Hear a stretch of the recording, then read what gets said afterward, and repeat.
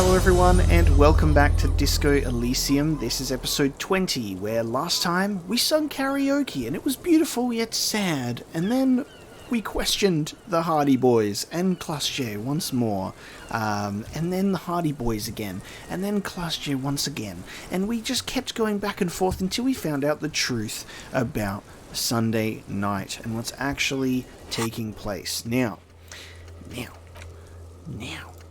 we're going to go speak to Titus again to make Titus give up Ruby's location.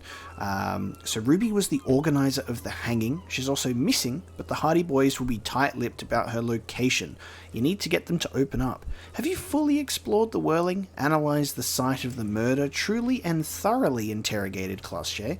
All of this might make convincing them easier. And I feel like we have done those. Things. There is also the decision of arresting Klasje as well, and I don't feel like we should, which is wrong by the book, and I feel like Kim wouldn't like that because there have been crimes, there is crimes, and there was also lying and, all sorts of things. So I feel like if we were to address that, and go, no, we don't want to make the arrest, I don't know if Kim would be very happy about that. But personally, I feel like she needs a break. She needs to get out. I don't think, because it's one of those moments where you want to go, I don't see it being intensely relevant to the larger case at hand. I'm not sure if she is the reason why he was killed necessarily. I mean, maybe, but we're at a point where we know that he was killed via a bullet, via a rifle, through that window, and it feels as if it may have come from the doomed commercial district. I'm thinking about sightlines and everything like that. In terms of getting a rifle, and an old one at that, in terms of suspects that would be, able to pull that off. No idea. That's the thing. The Hardy Boys seemingly are not responsible for the killing, but are responsible for the hanging. There are mercenaries as well, but I don't know, and I can't imagine why they would kill one of their own. But they would have, access to weaponry. If it's an old rifle, I don't know. Maybe the fact that Lely was doing stuff with Klasje and maybe getting distracted or something like that. Maybe the mercenaries were like, he's gone too far or something like that. I don't know. I'm not in their heads. We'll have to probe around some more so we can talk and bother Titus some more. Most certainly. About Ruby's location. I'm just going to check if these two lovely people have anything new to say. What is it? Just going to see if they have anything new to say. I can't. Okay. While we're here, we may as well start with Titus and then we'll branch out. It's you again. What is it? Time to get that eighth... time to get to that eighth Hardy boy information. I've talked to Klasje. Now I need to talk to Ruby. Why? He leans back and regards you with curiosity. Okay, interesting. We've got many options here. Because she's your real leader, I'm going to level with you. She's the next link in the chain that leads me to Lely's killer. I have seen her in Laudanum-induced delirium. The paranormal instinct whispers her name into my ear. Look, I need to pin this on someone. I suspect she's killed the victim. A civil war is brewing, and the only way to prevent it is to solve the murder. That means talking to Ruby. That's an interesting one, that one, actually. And she is a suspect in another case, a drug smuggling. Which is also true, because this apparently is also the lady driver. I kind of just want to go with... because she's your real leader for the first one. Many of these options, except for maybe just a couple of the silly ones, most of these are actually pretty good. You're cuckoo, cop. I'm the only man responsible for this unit. Get with it, or fuck off. Yeah, fuck off! Okay. I'm going to level with you. She's the next link in the chain that leads me to Lely's killer. Sounds like you're making her a suspect in this. Not on my watch, you're not. Ruby's one of us. We're not gonna throw her under your moral intern steamroller. Fuck that shit.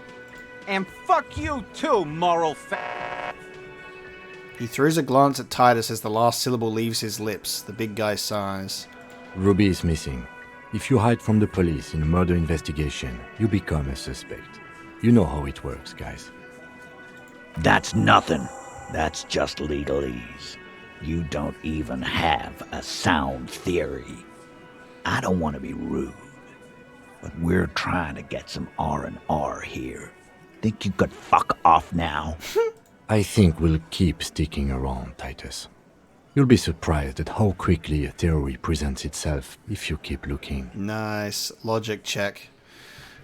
I'll scroll down here so I can actually read it again. Found key. Saw the winch. Staged like a play. Found antique rifle. Secret route found. And Ruby is a drug trader established. 83%. The cursed 83% rolls that we failed twice at the beginning of last episode. Let's go. I feel like we can increase our logic, but 83%. That's fine. Let's go. Let's do it. A sudden flash of lightning in your neocortex. The hostel cafeteria is lit by its airy blaze. Floor plans, bullet trajectories, webs of human emotion, all channeled into a single thought. Why are you so sure Ruby didn't off him? Because she was here, all night, with us. He's cobbling together shit so he can put her away. It's Cop 101. She was here all night? 11:30 to 12:15? She was here during all that time? Yeah, with us, drinking, near the stage there. She didn't go out for fresh air for one smoke? No. In the whole 45-minute window, she was with you all the time? All right. She took a fucking leak, okay? For one moment. Maybe went out too. She has an operation to run from her lorry. We're not getting into what that operation is again, Cop. Oh yeah, that operation. That's probably for the best. Don't break your stride now.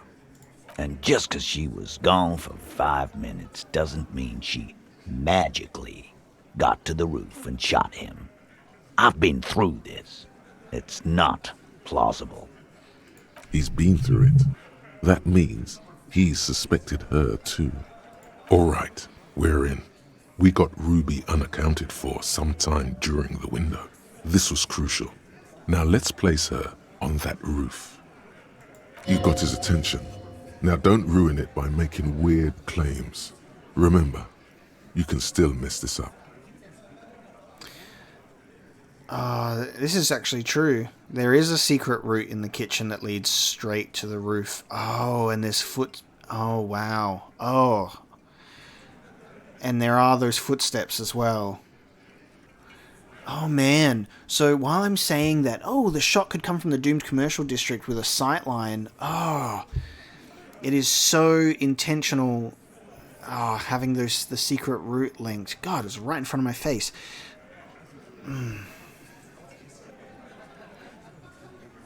Yeah, because you could just go up there, leave those little footprints, and and then the rifle was shot through the glass from that balcony. For some reason, the whole time I didn't think it. I just didn't put two and two together. It's completely plausible that they were stood on that balcony and shot through the window instead of being across the way. For some reason, with a rifle, I was assuming longer range.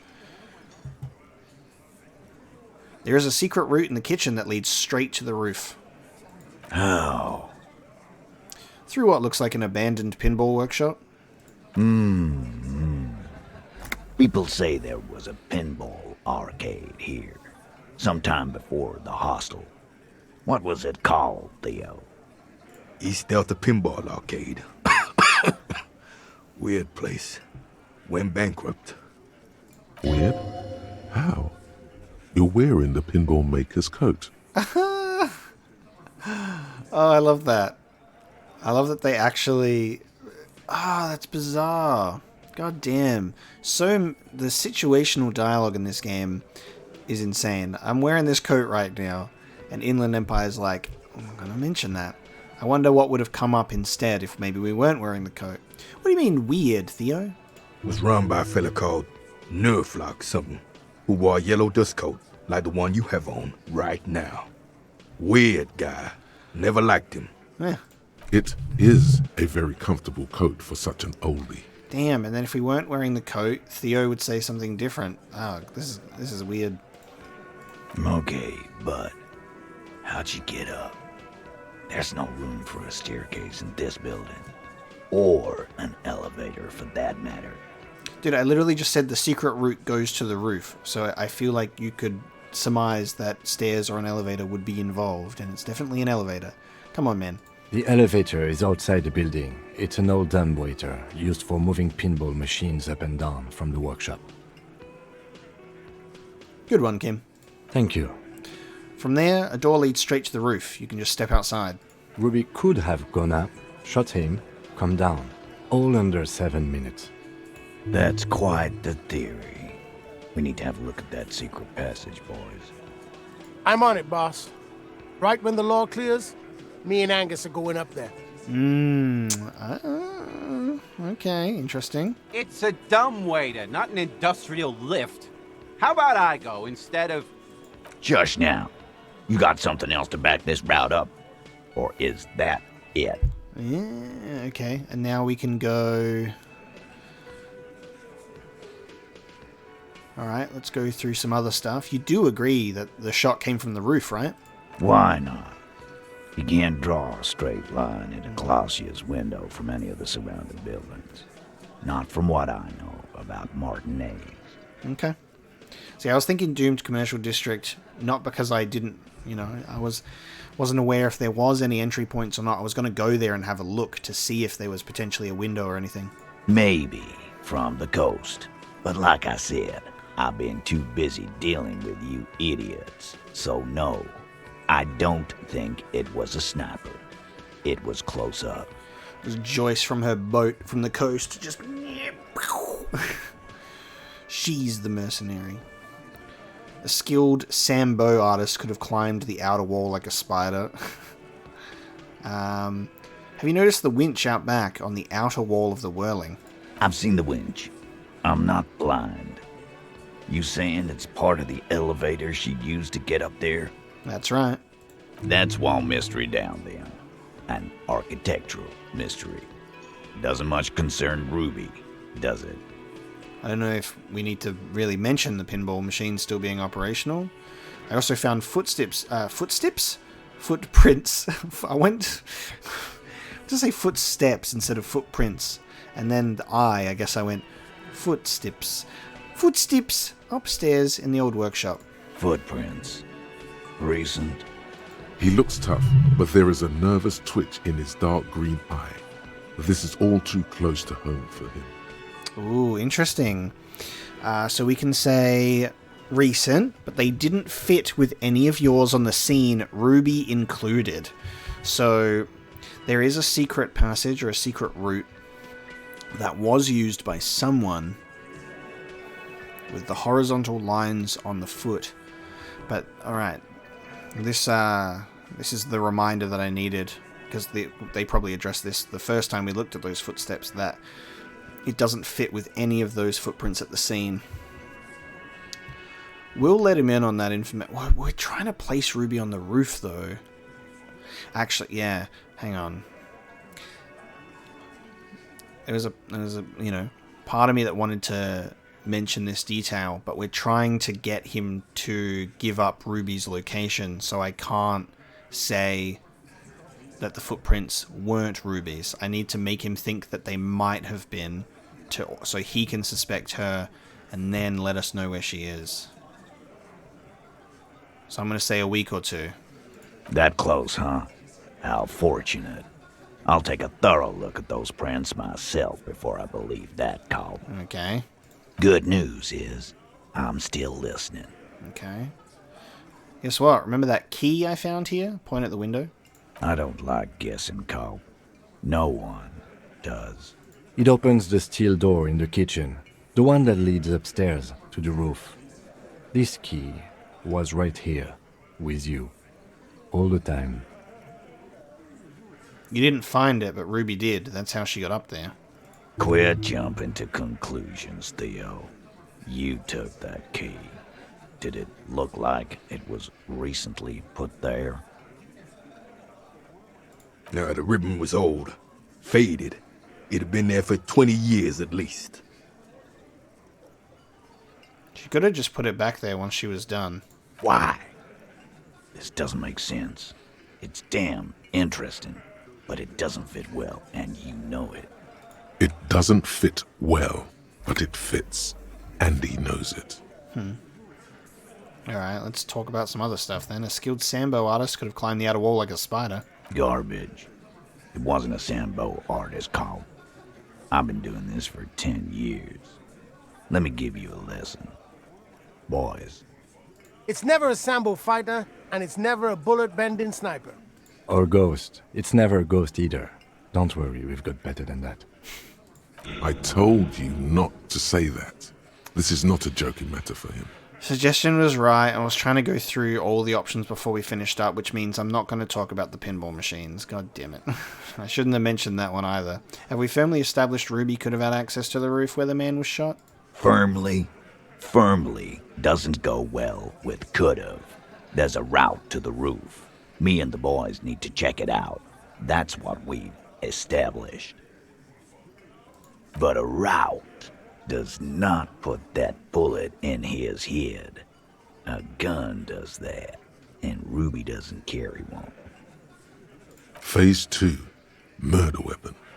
Get a gun in her hand. If not that, then at least a shadow of a doubt. In the shape of a gun. Just don't contradict yourself. If it doesn't sound like Ruby did it, maybe keep it to yourself. There you go. So about the footsteps one, like if it doesn't sound like Ruby did it, don't mention it. But what if you miss interesting information that way? The choice is ultimately yours. But... Oh, and then that's another choice. What if you miss interesting information that way?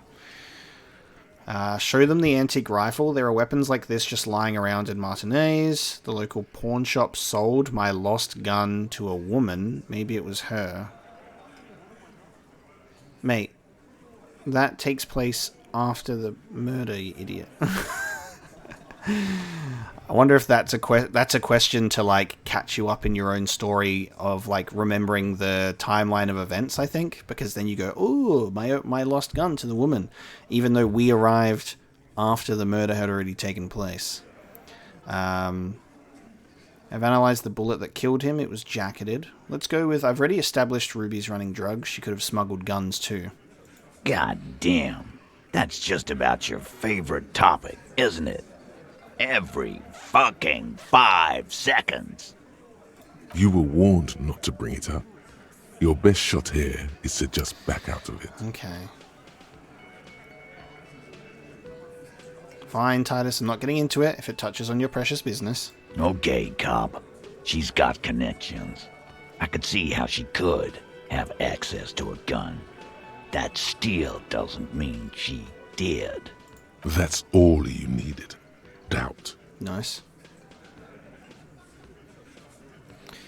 I've analyzed the bullet that killed him. It was jacketed. So, So it had to come from a breech-loading rifle. Military grade. Not even you militia monkeys have those. I'm about to whip one out and show it to you, though. This goes against your everyone has a gun theory. If it was military grade, how'd Ruby get it? You're right. I'm never solving this case. It's too complicated. Just because it's rare doesn't mean you can't get it. Cobb. That's exactly what it means. That wasn't strong. Okay. I'm going to show them the antique rifle then. There are weapons like this just lying around in Martinez. That looks antique. A Belle McGrave. It's inoperable. Where'd you get it? There's a cellar under the bookshop. It was hidden there with others just like it. 20, maybe 30 rifles, Titus. Also broken, but still, there were too many. And there must be other caches too. god damn it, we need to close that dump down for good. That's a goddamn breech loader, too. Find one that works, and you got a military-grade weapon that shoots jacketed ammunition. He sees it. This is coming together. He must. Time to really close the deal. Show them the bullet. Okay. Hold out the bullet. This is the bullet that did it. 4.46 millimeter. The Belle Margrave uses the same caliber. The blonde man looks at the mushroomed Deathbringer in the evidence bag and says, Yeah, the bitch is jacketed all right. 4 millimeter too. Whoa. Well, goddamn. It's not proof, but it's a possible murder weapon. Close to her. Too damn close. You have been thorough. I'll give you that. Wow, that's right, I have been. I didn't say I'd prove she had the murder weapon, just that we need to find her. Move on. All right. Keep talking. I'm getting a bit curious about some things myself. Okay. Pete, we're not seriously considering it, are we? Ruby wouldn't do this. Why would she do something like this? I want to state as well, while I don't want to throw any options or suspects out of the window, I don't think Ruby did it. But we need to get to her to find out, which is why we're going this way to do things. But I don't know. I mean, it's totally plausible. I mean, we're convincing Titus and also convincing ourselves by piecing this together. But I think there's something else that we're not getting yet. Phase 3. Motive. The last component. Motive, alright. The big one. Get this and they'll give her to you. Remember, don't piss him off. That never works. It's not why did she kill him, it's why did she organize the cover-up. And I suppose you have a theory on that. She could have just been covering up for herself, Titus. Think about it. Why go through all that effort? It was her idea, wasn't it? The hanging. You went along, but she suggested it. She had, like, a fully formed plan and shit. Right when she came back downstairs. Really, Shanks? Claudia wanted to talk to another girl, that's all. She was just the first one up there. I could have come up with that plan if I'd have been first. Time for a logics demonstration. A logics demonstration. Oh, who do we target? Shall I go for Eugene, because he's the one that spoke? Eugene, let's assume you killed him. He scoffs. Think. You kill him. Get up there. Shoot him. Get down. Would you prefer to go on trial with your friends as part of a lynch mob, or alone for committing murder? The man is silent. If she used us to cover her own shit up, well, that's a serious violation of the Hardy Code, boss. Which is why she didn't. She would never do that. Why aren't more of you defending her? This is fucking stupid, Titus. Glenn, I thought the same thing when she skipped town and left us in this shit. Oh, so he didn't rule her out completely. And she skipped town. This is good. Maybe she killed him because she thought it would curry favor with you. is an interesting one, but I don't know if that's also a relevant, necessary choice to take. This one, no, but this one is a maybe. But I feel like we may be able to move on. Titus, you have to see it. Things don't add up. We need to talk to her. Silence. He looks around the room. We got him, boys. The old man in the corner nods. We got him, boys. Yeah, I see it. There's one more thing I've been wondering about. Ever since you asked me where she is. Add it to your list of suspicions, if you want. I don't know where she went. She just got up and left. Got real scared, too. Wouldn't tell me where. However hard I asked. Want to know why? Why? She was afraid I would tell you. Maybe she was right. By now, I probably would. Okay, so he doesn't know where she's gone because she didn't want him to know, but we would have gotten told. She knew there's evidence on her, and she knew we'd find it. This is typical suspect behavior, why fleeing is always incriminatory. Yeah. Perhaps. Ask her if you find her. It won't be easy, though. She made sure of that. Okay, so Titus doesn't have the location, but let's see. When did she leave? Friday afternoon, when you first arrived. I got word the RCM was in town. Then she came in to see me. Told me she was leaving. That's when we had our little conversation. What was she scared of? I told you. You. As in the RCM? No, you. As in the cop with the sideburns and the disco clothes. Oh, she was scared of me specifically. I thought that would mean the RCM. And a hole in his heart. That first.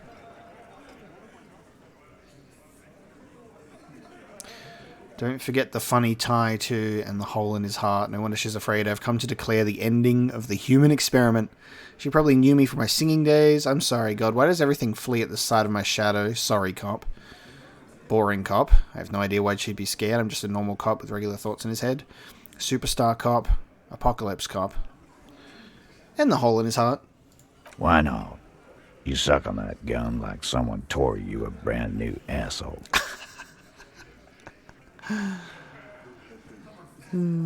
What are we? We're like a superstar and apocalypse cop, mostly.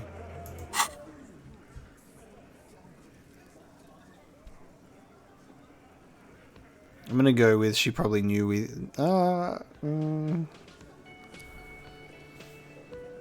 Should I also say the funny tie?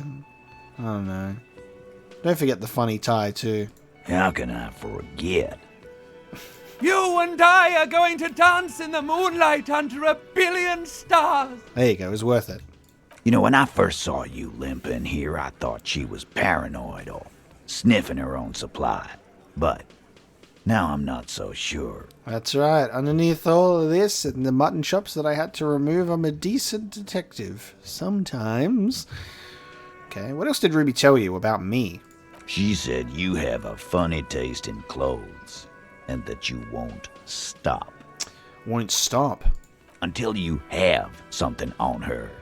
She said she's heard of you from Jamrock, that you're a human can opener, that you play suspects against each other, open them up like cans. Damn. Fucking hell. Titus, did he just... Did I just do that? Yeah, did I just do that? I just did that. Open Angus up like a can? Yes, he did. Now, we can whine about it, whack him, or we can go on with our lives. I'm having a go on with our lives kind of day, Al. How about you? Silence. He nods. Is that true, Kim? Am I a can opener? You are insistent. I do like my dialogue options. Anything else? Anything? Yeah, there was something else. She wouldn't tell me, though. I could see she wanted to. It was burning on her lips. This cop, Titus, this cop, he... but she was too scared. Dude, okay. Scared. You should be too. A strange fear creeps over you. A metallic taste in your mouth. Change the subject. Specifically me. So bizarre. Do you have any clues on where Ruby went? She's not far. We know that much. She didn't take her lorry, so she's on foot. Good fucking luck, man. She knows this place like the back of her hand. You'll never find her. Yeah, Al, and we won't either. She's not really a hardy candidate anymore, is she? She's not, Glenn. Have you looked for her? A little. On the coast. On the coast? Where have you looked for her, more precisely? More precisely, on the coast, past the waterlog. She's not here, so I'm thinking she's there. Okay, we're gonna go look over the waterlock. Who's doing this looking? They're all here. You're all here. Who's out looking? Lizzie needed some air. Oh, yeah. Okay. Because she's like, I'm going to go have a walk on the coast. The gardener? Why would I say the gardener? We know that she's a gardener. So she didn't go to tell Everard. No one goes to tell Everard anything. He knows what he has to know. Fast. It's called a radio, you believe. The gardener may have played you a game when she stormed out. She has her own plan. Nice. Nice. Can you tell me where on the coast I should start looking? Sure. There are some shit houses there. A cinder block town. Fisherfolk there refuse to unionize. So, that's one place we haven't looked. I hear they have a shack where junkies sometimes crash. Time for you to step up. Okay. We will start there. One more question. What does Ruby look like? Boyish. Hair's red. Dyed. She looks like a Lowry man. Okay. Do you know what she's doing with Ulan frequencies? The what now? I have no idea. Boys? She said she's building a pale emitter. What? We were talking about radio equipment. She said she's doing Ulan frequencies and a pale something. I don't know more. More stuff about the pale. This guy barely understands what he's talking about. There you have it. Pale something. It feels like you'll get to know soon enough. It's not much, but it'll do. It'll have to. He puts his hand out. I will shake it. His grip is firm and reassuring, like holding a piece of unpolished granite. Nice. That was a good conversation. Hi again, gendarme. Bye-bye, gendarme. I'll be back for you. Okay. Ask about Ruby in the village. Alright, so if we're looking at our map, we still need to... Damn, I think if we're looking on the map here...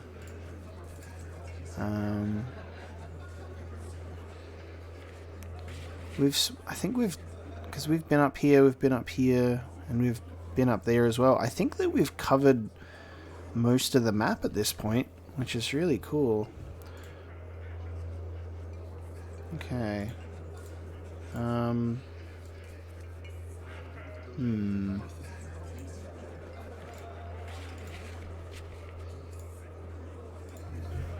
Why is this one... Why are these ones... Why is the set of tracks still available? Might talk to Joyce as well after all these updates that we've had. The set of tracks is interesting. Let's go check out the set of tracks real quick, because we've already checked them thoroughly, I thought, but apparently I can... There's still a white check.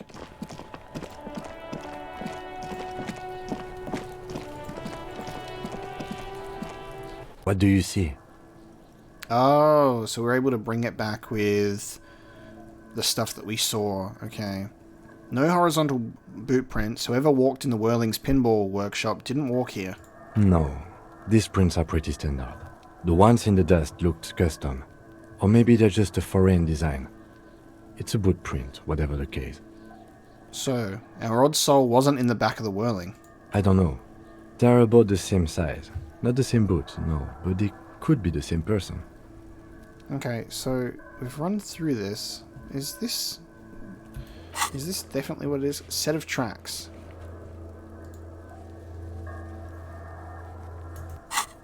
Maybe let's... I'm just going to run through this dialogue. 200 kilograms. Probably yes. This would also fit with the victim being dead from I gained experience. They had to carry him, because he could no longer walk. I gained experience even though this is the dialogue option I've already picked before. Is there anything else? That's weird. Not... I'm guessing that's the... Yes, well, I could still be wrong. But interesting. Oh, this one. With a piece of sandpaper, which means that the missing lady driver was also present at the lynching? That's it. She's the odd soul. There's no denying it. Ruby really is running a complex operation out of her lorry. She is. And now we have concrete evidence binding everything together. We should ask Titus about this. A week, maybe? It is not. As I said. Correct again. What do I think? Then, after... Indeed. But we know the victim had a bullet in his head. Okay. A more precise way to put it is, it was made to look like a lynching. Now this is new because of the bullet. Like the coalition official said, surreal, like a play. Exactly. They had to perform it to whoever was looking. The whole neighborhood, I suppose. And us, too.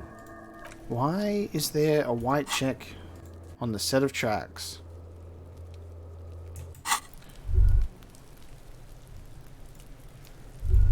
What do you see? I'm guessing that's the skinny Hardy boy. The one... I could still be wrong. 200. He might be right. 200... The fat guy from the mess hall, isn't that... Maybe it was? There is real, palpable excitement in his voice at the prospect of it not being a giant. Okay. But maybe it was. Just imagine it. A giant man at least 2.5 meters tall. It could have been, but if it wasn't... I don't know. I do. The fat guy. I think I... But why? Let it be. There are 8 pairs of tracks in the mud. I don't know. I don't know why it says that there is a visual calculus there. I mean, actually, to be fair, the sleeping dock worker one is still here as well, and he has not been at the Whirling since the first night as well, I think.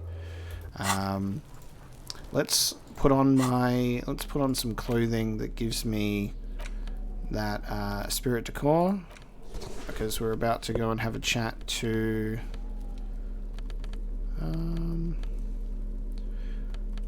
I'll get this one instead, because we're about to go have a chat to Joyce. I don't think is there anything else that gives us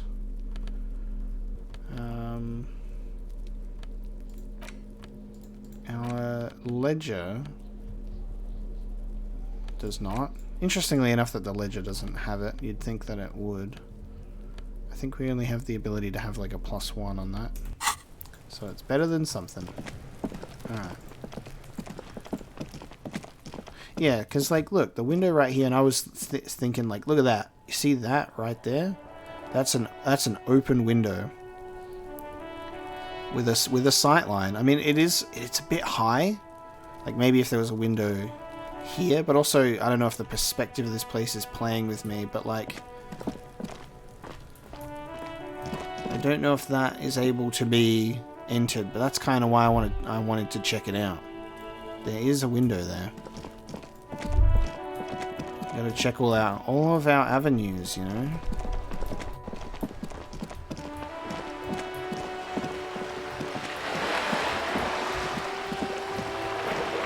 Let's go talk to Joyce first. I'll do this check because we haven't spoken to her in a while, so I imagine that it's been a couple of days. There should be potentially some new dialogue. Oh, she's not here. Went to the village off on the coast, officer. See you there. Oh, Joyce says on the note. Okay, Joyce has moved. Okay. So she's still up here on the map, but okay, she's moved. There you go. Never mind then. I will go elsewhere to find Joyce. We'll cross the waterlock. Now, apparently there's something that we can do here that I have not done before. And I'm trying to figure out how to do it. You do unlock... I've been walking just like the long way each time, because usually there's like stuff to do along the way each time, and there actually is for us right now, like talking to like Renee and confronting about the cheating and stuff like that. There's always things to do.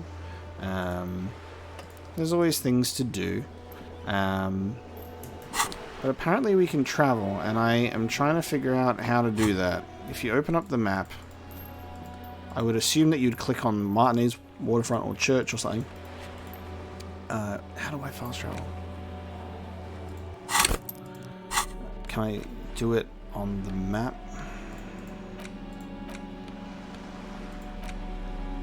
The worn map features your finger finally. No. Interacting the map seems like a lot of effort.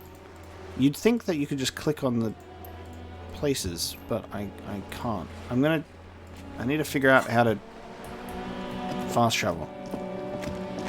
Okay, so apparently how fast travel works is you have to be stood in a specific spot. So you can't be up here, but if you're at the Martinez Waterfront, then you can travel to the church and the Fisherman Shacks.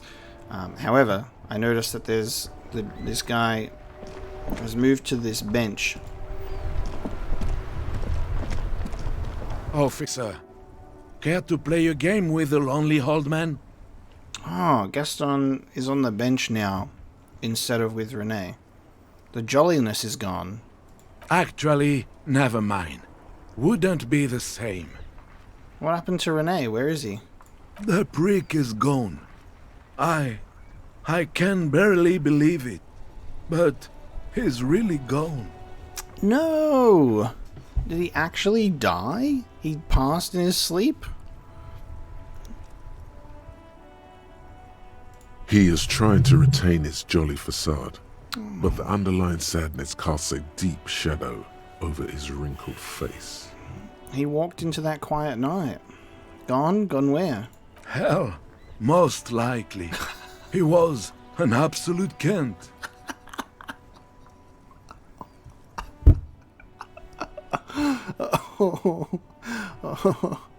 He was an absolute cunt. Oh no. Well, we didn't need to bring up the cheating, and we didn't get to address anything more with him. Damn, I did not expect that. How did he die exactly? His hungry little heart finally gave out. The dock workers found him in the guard booth this morning. Wasn't even supposed to be working for another week, but he just had to prove how tough he is. God damn. Wait, did he push himself to prove he can pull his weight and doesn't need handouts? Guess he was about to head home, 'cause when the dock workers found him, he was wearing civilian clothes and not the Kuketu uniform I saw him in all the time. Wow, he's actually wearing different clothes too. Sometimes I thought he was wearing it just to piss me off. Now the joke's on him, 'cause he's gonna be buried without it. That means the uniform could still be in the guard booth. Something to keep in mind if you really plan to give yourself to Revachol. Do you think our conversation about his job pushed him to go out there? No. René was the most stubborn man in Revachol. Nothing you or I could say would ever push him to do anything. The man was completely immovable. He has doubts, but right now, he just wants to move on and not think about it. I offer my sincere condolences. Old people die, you better get ready too. Yes, we are both very sorry for your loss. It is what it is, part of life really. But to know someone for 79 years, then one day they're just gone. That's just like, I can't even relate. And I won't be able to until I'm crusty, if I even get there, you know. But fuck, you know, to me right now, it's just an unfathomable amount of time, and then in the context of the universe, it's an even it's small time, but like, goddamn, still a long time to us. I just don't know anymore. About anything, really. But you must need something. Do we though? Let's have a look. I wanted to ask you about the Union again. Officer, I just can't do this right now. Okay. The Union, yes. Oh, What and then, about René? and then it just goes into that. No, that's Yes. okay. It is. I just don't. Damn. Well, that's the end of that one. See, this is why I've kind of enjoyed not just fast traveling between locations, is because each day there are like many changes that take place.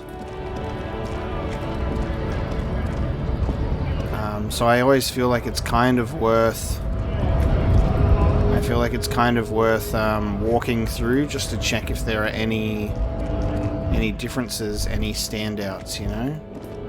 Especially to the areas that we don't really visit much, like here. Oh, hang on, what's this? Oh! Oh! Oh! Let me just confiscate that. Dude, there are so many ways to get speed in this game that just pop up. The woman looks at nothing, her eyes closed and her lips moving. The pale driver. Huh? What is it? What do you want? Okay, yeah, I was just wondering if maybe there was kind of anything there. An old. It's weird that this was one of the very first things that we ever checked. A silver plaque. A silver plaque. Oh, it's weird that this was one of the very first things that we ever looked at, but we haven't been here much.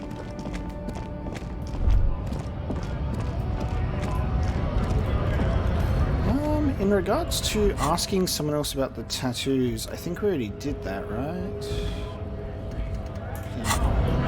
Because we got that from other people.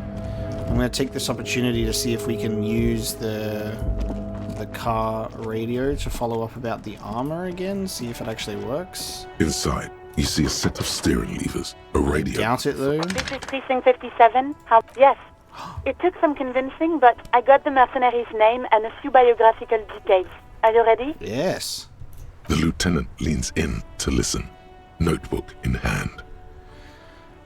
Saying shoot feels like a terrible pun in relation to the murder, so I'm gonna go with I was born ready, baby. That suit of armor was issued to an Oranese citizen named Ellis Kortenaer. That's E-L-L-I-S K-O-R-T-E-N-A-I-R. Exact date of birth, unknown. He was signed into the Lelystad County Neonatal Care Unit on 28th of February, 09. I love how A is like ah when spelled out. Neonatal Care Unit? He was found as a newborn in a leaf compactor near an abandoned farm. He spent 4 months in the neonatal unit, survived apparently, and was assigned to a foster family at 2. According to Clausia, Lele said his real name wasn't really his. Perhaps that's because he was fostered. Oh wow, yep, that makes perfect sense. This is what the ICP knows about him. He was raised by foster parents, entered the East Brand Military Academy in Vredefort at 17, then served in the Oranese forces till he was honorably discharged in 41, just a year before the Seminese conflict. Then the armor followed him to Seminine, or at least I assume it did. And that's it. There are no records of his employment in Crenel, or any of its other incarnations, or him even entering Revachol. Wait, he was found in a leaf compactor? It's a garden tool used to press leaves into these cubes. It's a detail the hospital had, the only detail in these files. So I thought it would be good for you to know. So his birth parents tried to compress him into a leaf cube in a leaf compactor to just kind of do away with him, and it obviously didn't work out that way. It is. Thank you, Alice. Any information on his foster parents? None, officer. Sorry. So all we have to connect him to Crenel is the armor. Even that is a small miracle. These organizations usually double-check their inventory. Thank you, Alice. Great work. No problem, Lieutenant. Well, we have his name and service record now. The name. This is very good. Elise Cortenard. Ellis Cortenard.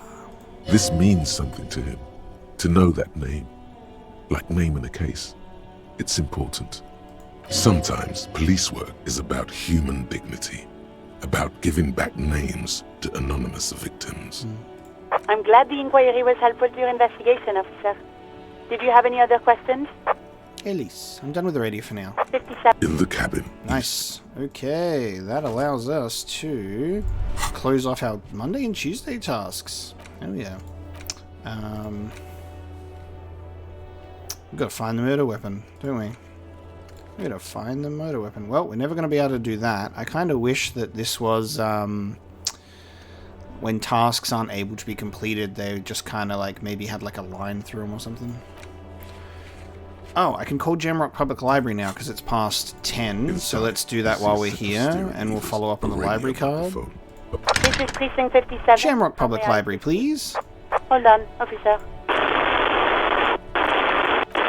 I've got Central Jamrock Public Library on the line, and I've already introduced you to the librarian. Connecting the call in 2, 1. Yes, this is Central Jamrock Public Library here. How can I help you, officer? Nice. He sounds worried, yet ready to assist. This is how people get when the police call. I'm looking for any information that you can provide on Billy Majon, a reader. Billy Majon, you said. Give me a moment, I'll have to check our database.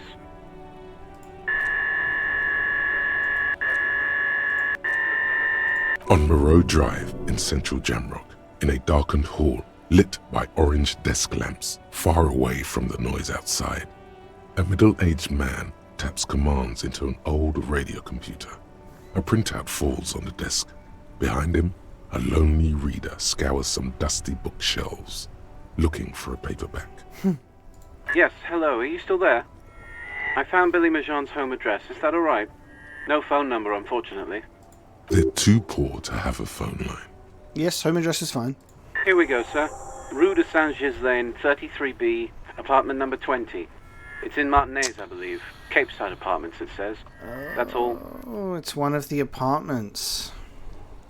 Apartment number 20. That's where the smoker on the balcony lives, isn't it? Oh.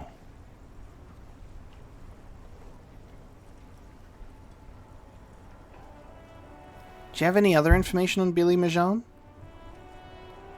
It says here that they returned their last book just a few days ago, but I wasn't at work that day. Do you know someone who was? Marie? Marie? Do you remember a reader named Billy Majon? They returned a Tybalt book the other day. You hear someone answer from afar. Yes, it was my colleague Marie. She said that it was Billy's husband who returned the book. He also asked for this new sci-fi release, Lowe's Radio City 87, but we don't have it yet.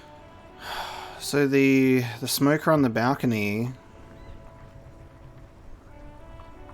Huh. And nothing about that has come up. No hint of sadness in him. Good. You have a name now. So Billy Majon is a woman, not a man? No, I don't think that's the case. How did your colleague know it was her husband? I'm fairly sure that the library card would have been his library card, the man on the boardwalk. Let's check. Marie knows Billy. She's been working here longer than me. Sometimes her husband returns some books for her. Her husband. Okay, hang on. Ah, okay. There you go. No, that's fine. But what is the smoker on the balcony have to... Sorry, I assumed the smoker on the balcony might have been a, homosexual marriage. With him apparently living at that address, but the smoker on the balcony also lives there, but apparently not. So he carries the library card for his wife, who lives in the apartment that the smoker on the balcony lives at. And then goes for a little drink later. On the lookout. Okay. Do you know the husband's name? Sorry, no. Marie only knows him by sight. Can Marie describe to me what the husband looked like? Marie? She said it was an older man, and that she's pretty sure he'd had a drink or two the last time she saw him. Okay. 1 second. Sorry, Marie wasn't really paying any attention to that. Thank you. That's all from me. I have no other questions. Happy we could help. Goodbye, officer. Anything else you need from me? Oh, that's okay. 57, over and out. In the cabin. Okay. Interesting. Go to Billy Majan's apartment to deliver the bad news. It's in the apartment buildings in North Martinet's apartment 20. Oh, hang on. I think I'm getting confused.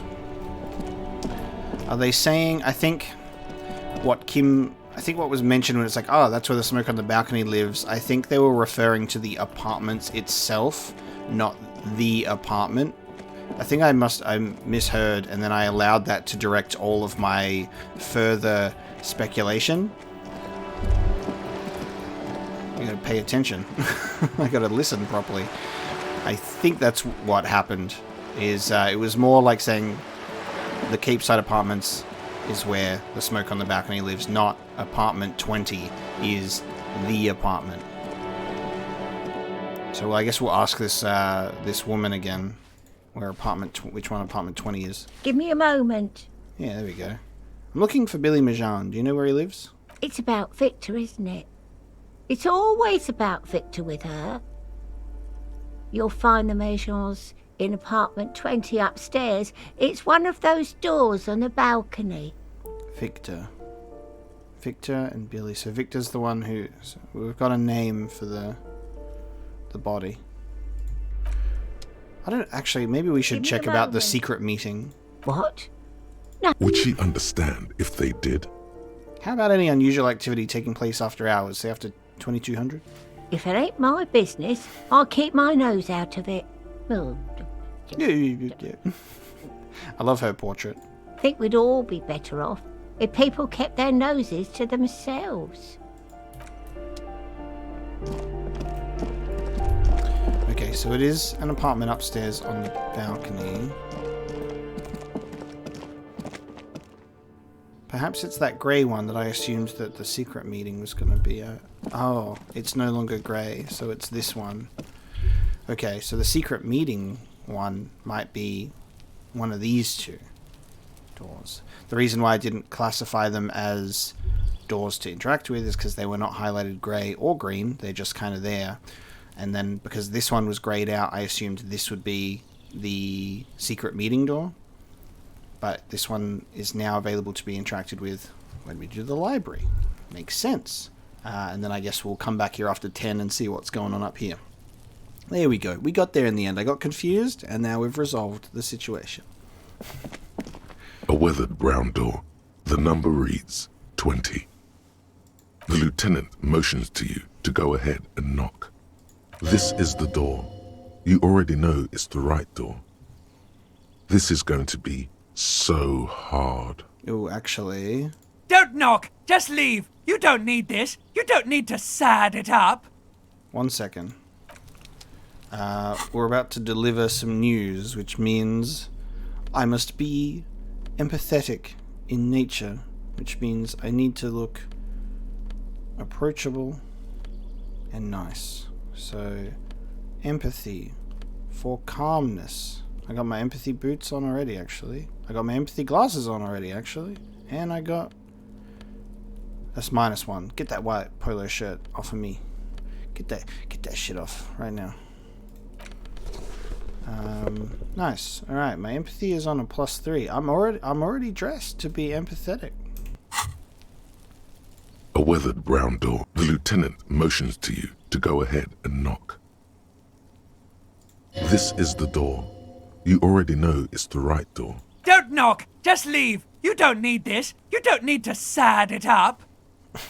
Hold on, Kim. We should discuss this before we move on. What should we expect? You're right. Let's talk this through. We have our first preliminary identification. In all likelihood, the deceased is the husband of Billy Méjean. We need to confirm this, as well as deliver the death notification to Billy herself. Now, delivering a death notification is never an easy task. There's a reason why it's often called the most stressful part of our job. This is why it's usually done in pairs. You got this. I'll be monitoring reactions, ready to act if necessary. Do you have any advice on how to tell her he's... Dead? Just don't say that you know how they feel. You don't.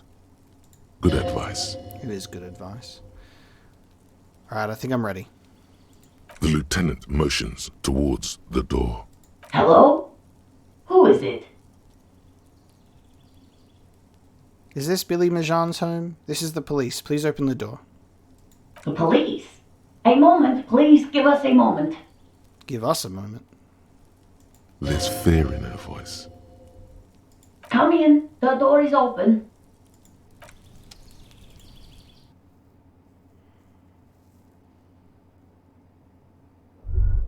Oh, it would be a... Oh, it's gonna be... Yeah, there's a son. There's multiple beds. There's a double bed in the front room, and then goes into a bedroom with 2 other beds. Don't run, okay? Take it slow when exploring the apartment. Be respectful. Okay, hang on. I think... Hello, detective. Just want to make sure I don't have my auto run on. It's you from the bookstand. Oh, it's the working class woman. Of course, she likes books and she was there. We've spoken to her before. Oh, wow. She looks at you for a moment without knowing what to do. I don't think I introduced myself properly. I'm Billy. Would you like something to drink? Tea? Lemonade? We're out of coffee. The lieutenant has taken off his foggy glasses and is busy cleaning them in his handkerchief for now. You're on your own here. He must feel vulnerable without his glasses. Is this why he's letting you take the lead? Thanks, but I'm alright. Is this about Victor, my husband? Is he in some kind of trouble again? I can come pick him up in the station if that's what. She stops, her eyes trying to read answers from your face. Keep it together. You don't want your body language to tell her the news. Oh, we should have made sure that composure was good as well, right? As well as empathy. Sorry, I'm rambling. It's just that Victor often gets into all kinds of trouble. So, how can I help you? How about some small talk before you break the news? Oh, wow. This is a 97 empathy check. Nice. Kept our composure. Kim is here. Discuss things through with Lieutenant's handkerchief. Nice.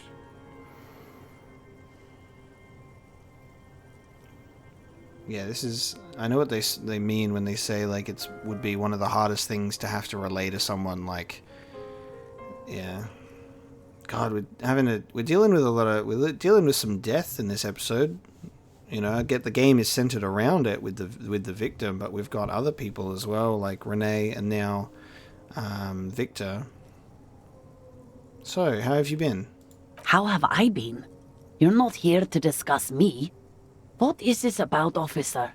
Can't write a scene without knowing the actors. Ask more. Get comfortable around her. Yep, that was a minus. You live here with Victor, your husband, right? It's me, Victor. And the kids here. We have 2 daughters, Jenny and Jolie. Because they said us, but we don't see anyone home. But they said, give us a moment. How old are your daughters? Jolie is 16 and Jenny is turning 18 next month. Okay. So, like, an age to understand what is about to take place. And where is everybody? I don't see anyone home. The girls are staying at their friend's place tonight. And Victor is out. She swallows visibly. Out where? He has a problem with drinking, and so he disappears every now and then. He's probably in the parks drinking with his friends. I sent him to the library a few days ago, but I guess something came up. don't think we really need to run through this information, you know? Because we're not searching for him. And we don't need this information. I think we're okay to just kind of proceed with the empathy check. There's something I have to tell you. She folds her hands across her chest. Oh, there you go. So it went back up to 97%. Tell her about the dead body. You've done this before. Just keep your focus. Ma'am, I'm very sorry to say, but your husband, Victor Majan, was found dead on the Martinez boardwalk. And then it goes, God, do I just say he's dead like that? Sometimes you just kind of got to rip the band-aid off in a way that is at least apologetic and sincere. What did you say? Your husband, Victor Majan, is dead. I'm very sorry for your loss, ma'am. Oh. She touches her neck, eyes pale like pearls in seawater. Oh. But he was just... She looks at the kitchen table where 2 cigarette butts are still in the tray. But he was just here. Alive. We understand this comes as a huge shock. I want you to know that me and my partner are here for you if you have any questions. Take your time, ma'am. What happened to him?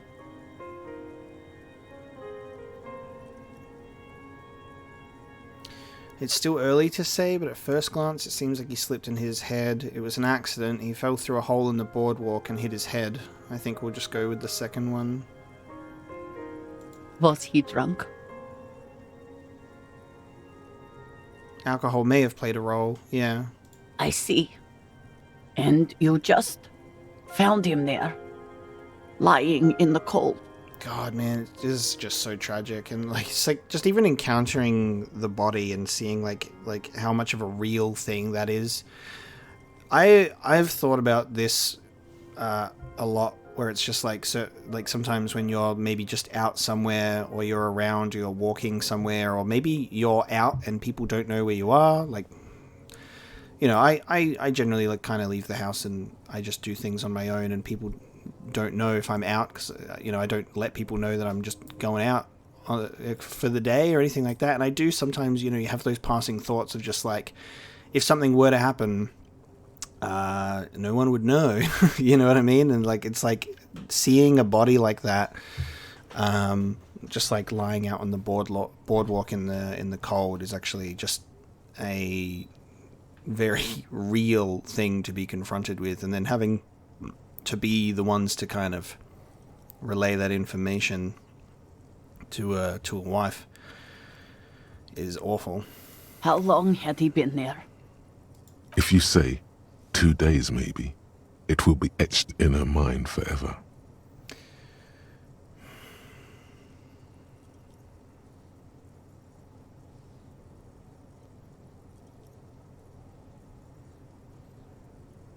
It couldn't have been long. She blinks, eyes welling up with tears, as her hand starts searching for something from the pockets of her dress. The handkerchief. Here, take this. Give her the lieutenant's handkerchief. Yes, thank you. Is there anyone we could call for you? A friend, a family member, someone who could be here for you? No. I just need to tell my girls. God, should I call them? Should I tell them to come home? No. A day.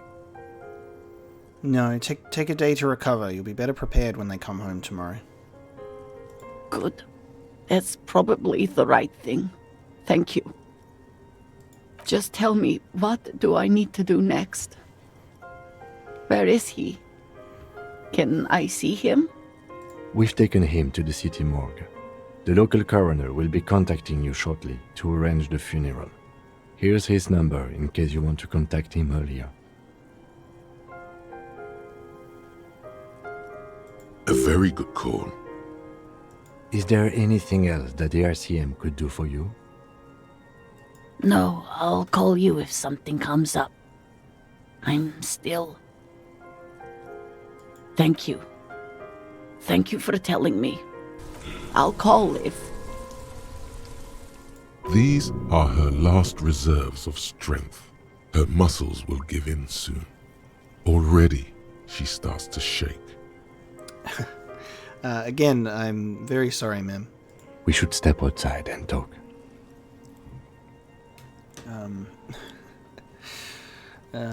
Set the library card by her and leave the room.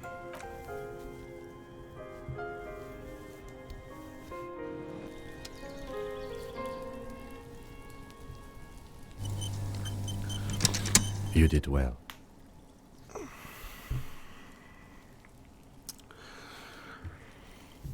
What now? I'll call the station when we're finished with the day, and let them know the name of the deceased. That's it? That's it. We should get back to our case now that our duty here is done. What about Billy and her kids? They'll manage. Right, this is closed then. Let's go.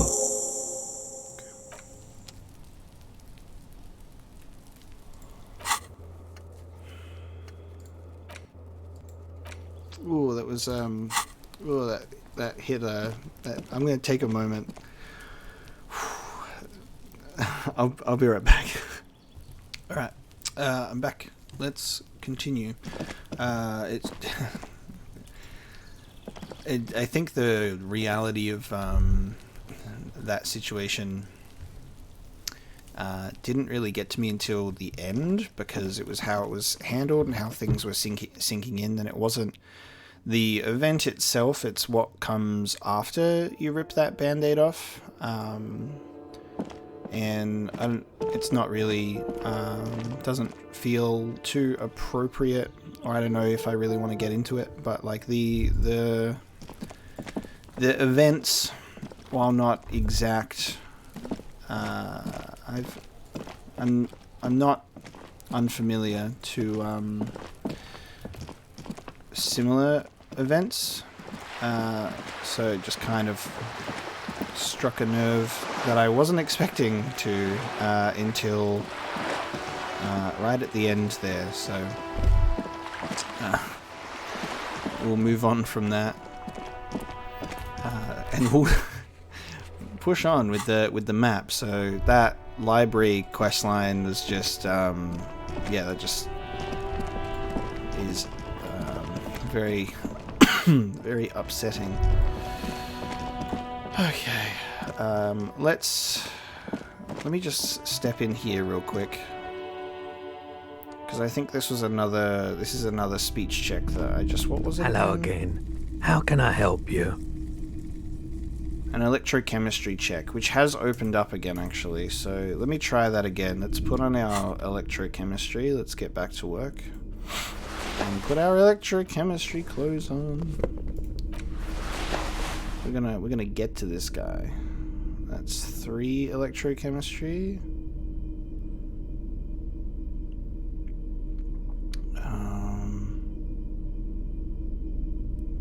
Are there electrochemistry glasses? I don't think so. No. Yeah, we're good. Alright, we're very well dressed. Hello again. How can I help you? Alright, 83%. Roy doesn't really sleep. Is Roy high? And if yes, then what is he on? Feeling warm and enthralled by the movement of light, while the mind continues to race forward. Lucky bastard. He's probably on Pyrrolidon. It's tough to come by on the street. Pyrrolidon? What is that? A drug developed by the military to treat and prevent radiation sickness. It has psychedelic side effects, and it makes your eyes turn yellow. Nice. Is it just me, or is it really warm in here? I try to keep the shop at a comfortable temperature. There's a note of indignation in his voice. Interesting. No judgment, just curious. I probably did loads of Pyrrolidon before I lost my memory. Chill out, man. I'm a chill-out cop who just wants some of what you're having. Wink.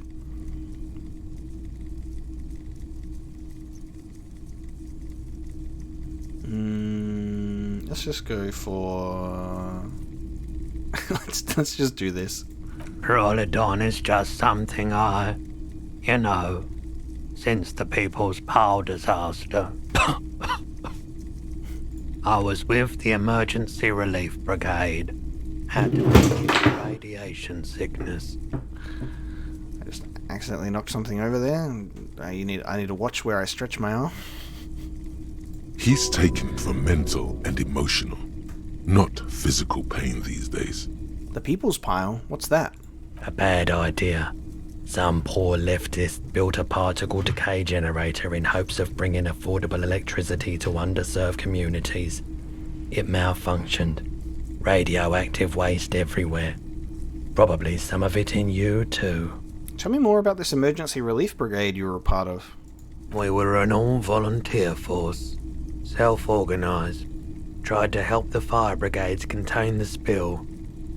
Tough son of a gun, this one. Respect. I lived by the river since I was a small boy. The Esperance. Didn't have the art to let it all go to shit without trying to do something to help out. There wasn't much the volunteer force could do, however. We wasted years in the river mud. Years getting sick. Damn. Must have been tough, radioactive cleanup. There's a reason why everyone's tried to forget any of it ever happened. And why no one has tried to repair or replace the pile. So much disappointment, and early deaths. Cancer mostly. And we knew all that was coming even as we were cleaning up as best we could. Whose fault was it that the generator failed? No one's. Everyone's. So much bitterness. A bunch of poor people built themselves a primitive nuclear reactor, hoping for the best. What do you think is going to happen? How did you end up running a pawn shop? The cleanup happened 15 years ago. I was young then. Later, my second aunt died. Left me this shack and all the assorted junk in it. So I came to Martinez. People told me don't go there. It's a shithole. I said, people, we just had a nuclear pile meltdown. I'm gonna get as far away from Forburg as I can. Still in the same city, but... Thank you for telling me. I like the theory more than the story. Outward movement, not vortices. Yeah, you gotta get in on those vortices, my man. I don't know if we really need that. We did the check. That's all that matters, right? We got the check out of the way. I don't know if we need to really get into his stash. I'm sitting on a lot of skill points right now, actually, like many. I'm gonna spend those. All right, we're gonna have a spending session because we've got stuff that's a bit too low for my liking. That could be higher. It could most certainly be higher. The fact that, yeah. I love that our authority is just at 3 because we're just always kind of at a minus, so it just stays at 3 levels. Volition. Let's bump that up a bit. Shivers is maxed. May as well level up this composure check and I can figure out the smoker. What else is there that's a check that's locked at the moment? Inland Empire, we may as well put one on there, which is our big skill, because that will allow us to convince Kim that there's a sexy dark mystery to this case, which actually at this stage, with what we've learned, I don't know, I feel like he'd be open to it. I'm going to open up Perception, and I'm going to open up Reaction Speed. And then you know what? I'm also going to put Conceptualization up, and we're just going to spend all those points in one go. Instead of thoughts, I'm gonna level up all those points, baby. I did not realize how much I was holding on to until I just looked at it. I was like, wow, we've actually been gaining some experience in the background. Because we get the passive conceptualization and encyclopedia checks, which is great. This is new as well. Wow, a very large red t-shirt with an impressive print stands out from the other garb. I wonder if this popped up because we just leveled up our perception and maybe it hit a requirement that we can actually look at different things in the environment. Am I crazy? Or because obviously this wasn't able to be interacted with before. I don't know if it's just because it's day 5 or whether because my perception went up a point. I'm feeling like, oh, that makes things really interesting. Like if you were like insanely perceptive, like put so many points in it, you would have like more things in the environment to interact with. Dude, the replayability possibilities in this game. Oh yeah? Oh yeah. The print depicts a muscled man striding toward you, a giant sword in each hand, encircled by burning embers. Behind him is a cluster of cabins engulfed in flames. Beneath him are the words, Heimdall burning. That's a rad Man from Heimdall t-shirt you've got there. Sniff the t-shirt. Smells like worn cotton and a little old sweat there. Mm-mm. Worn cotton with a side of flea market or trash bin. Sniffing is okay, but please don't try anything on. Can't have you leaving your photon emissions in the fabric of things you're not going to buy. You're not imagining it. Photon emissions? What is he talking about? It's a rad Man from Heimdall t-shirt you've got there. Hell yeah, man. I don't usually carry printed tees, but this one was just pure exemplar. You must be a serious Man from Heimdall fan. A fan? No, I wouldn't go that far. But I do think the Heimdall saga is an integral part of our shared reality. Hell yeah. Most people don't think that the man from Heimdall really existed, but they're wrong. Well, I mean, maybe... Okay. What did you mean the Man from Heimdall was real? I mean, even if the man from Heimdall didn't exist before the adventure novels, the stories have made it so that he has. It's simple, really. With that logic, dragons are real. They are real, and nobody can convince me otherwise. Okay. You sound skeptical. It's not that complicated. All that's required is a more robust understanding of cause and effect. Besides, I've been to Kotla, though not quite as far north as the Heimdall, and watched northern lights travel across the sky. Very unique, energetic tides there. His theory isn't exactly incoherent, but its logic does suggest some unusual neural activity. Interesting. Very, very unique energies indeed. Geomagnetic ley lines, one might even say. How much are you selling this t-shirt for? 2 real. Nice. That's dirt cheap. Huh? Can you just give it to me for free then? Cool, I'll think about it. You should. Ah, there we go. So, nice. Physical instrument and shivers, but -2 to authority, which is very logical. Welcome to Heimdall, officer. Nice. Let's have a look. Inspiring musculature, sprawling saga, and too old for this shit. The man from Heimdall is standing in front of a burning village, dual-wielding his ever-present Zweihanders. His muscles look ready to burst out of the 2-dimensional print and into your 3-dimensional life. Oh my god, dude. Our authority being at a -4. What do we do to ourselves, honestly? Really just doing the worst we can, I think. Alright, let's get dressed. Empathy and hand-eye coordination. Oh, there was an... I forgot that was an empathy jacket. What were we wearing instead? Oh yeah, this has empathy though. No, this has electrochemistry. What am I talking about?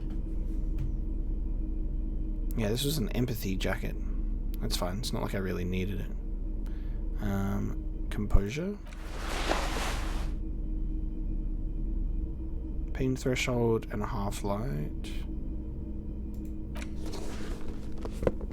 The empathy and hand-eye coordination one I kind of like. The idea of having. Put on my interfacing gloves again. Oh yeah. The yellow gloves, honestly. Alright. What are we rocking? -1 on suggestion, but a plus on everything else. I can accept that. Oh, it was this that was the check, isn't it? That You we see failed. rows of toy soldiers Interfacing guarding check. the rest of the trinkets. That's the one. We failed the interfacing check. Okay.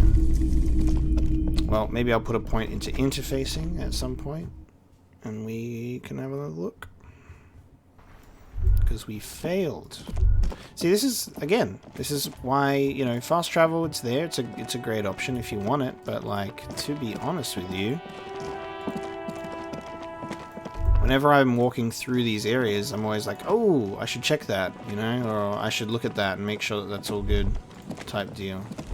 So it always gives me a excuse. Now I'm wondering where Joyce is. Should run along the coast somewhere. I guess over here, because there's the dock.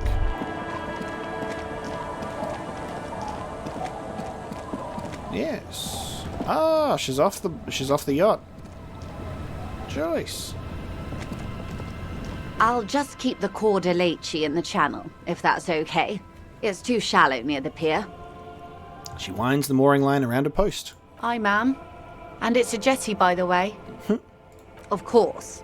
Jetty. I prefer a good jetty to a pier any day. Jetty. Hello, ma'am. Hello, detectives. It's good to see you here. I only just arrived myself. What brings you here, madame? Nothing, really. I've had my eye on this jetty for weeks now, so I decided to investigate it personally. This cluster of buildings isn't on any of the official maps, as far as I can tell. That. And she's also keeping an eye on you. Have you been spying on us? Spying has such a negative connotation. I did track your progress along the coast, however, and decided I would be better able to assist you from here. Interesting. Then there's the matter of that little scamp in old lady clothes. She threatened to paint the Condolences red. Like blood, you see. Well, I like it the way it is. White. Love it. So how do you like it here? How do I like it? Water drips down eaves of Eternite. The jetty below her feet creaks to the tune. The smell of salt and dog shit in the background. It's pornographically poor. The street has no name. All the men are dead or missing. And is that the carcass of a motor carriage over there? I have no idea what you're talking about. I'm surprised that woman hasn't put me to the sword yet. Maybe she will. You should ask your questions while you can. Dark eyes survey the coast leading up to Martinez. Dull grey metal rests in her scabbard. A sword. The wind is too loud for her to hear. Fortunately for you, madame, the RCM is on the scene. The RCM is on the scene. All right. Politics time. Let's react. Oh, okay, hang on. This place is doomed either way. Try not to be scared. This is just how the real city looks. You're right to be scared. This is all your fault, and you're in no danger. The working class have no idea what's happening to them. Okay. Do we want to make an enemy of Joyce?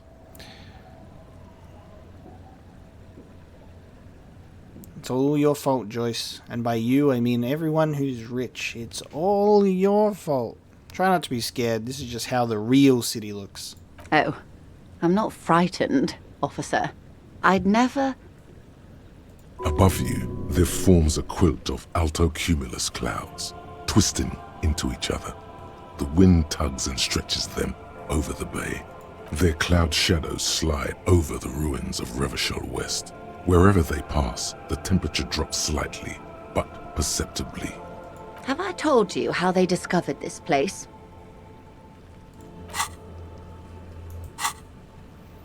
This fishing village? I think we need to think bigger than that. How they discovered this place. Is it the island or the Asolo? Let's think small and branch out. This fishing village? No, they're in Celindian, Isola. Yeah, I thought they were talking about the larger picture, but I was like, maybe we could start small. No, you haven't told me how they found it. Well, your condition has left you no worse off than most of these people.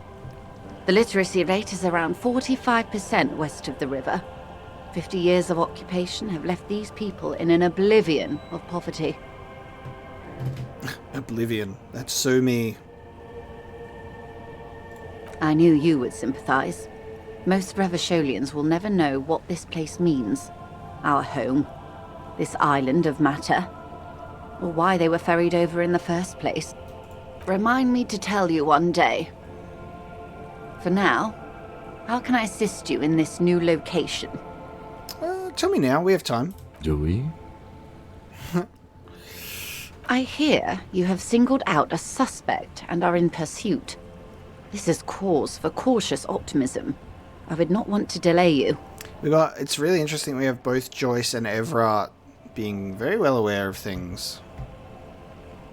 This story she will tell only before she leaves Martinez, at the very end of her stay. Okay. Only before she leaves, at the very end. Maybe there is something else I can assist you with, while you're hot in pursuit? I found my badge, by the way. By love, you did. Fast, observantly, like an electronic printer. Pleased to meet you, Lieutenant W. Frater Dubois. I am glad to see a man of high qualification. The situation is precarious. I prefer Harrier Du Bois. What can I help you with, Lieutenant Frater? Oh, nice. By the way, I've talked to Everard Clare. You have? And how did you like Mr. Clare? Finally, time to choose sides. Time to choose sides. Well, yeah. Is a bloated rainbow socialist. I could do business with him. For a socialist, he's reasonable. He's not the champion I have chosen. I wish to swear fealty to you and the cause of capital. I have the feeling the international community does not approve of him. If it's not important, if I liked him, I was doing my job. Well, do we... I guess this is being like... Is Harry swearing his fealty to capitalism or communism?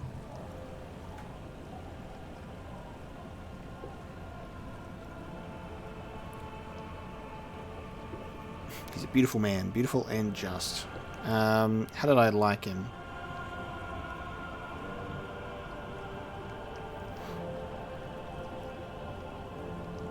Let's go with this one. Everard Clare is a hero of the workers' movement. He is the champion I've sworn fealty to.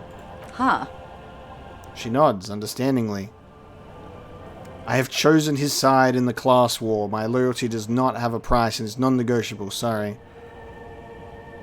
Be on the lookout for a side-shifting class night. Yes, I've chosen his side. Have we? I don't know. Harry doesn't know what he's doing. And here I thought my modest payment of 100 real would stick. I am not ever bribed by you or Everard. It's all just under-the-table gifts. In all good humor, that was a donation. It has been registered and it will yield you no favors. Another thing. Exactly. The position of my unusual colleague does not reflect official policy. I hope you understand. The RCM does not pick sides. Of course. And I don't expect you to share anything he told you with me. I'm not a corrupt verm myself. How could I stop you? Are we not human? Are we not curious to hear another person's take? It's only natural. We would only be gossiping. Intellectually speaking, it would be quite interesting to hear what she has to say about these things. I know, I like talking to Joyce.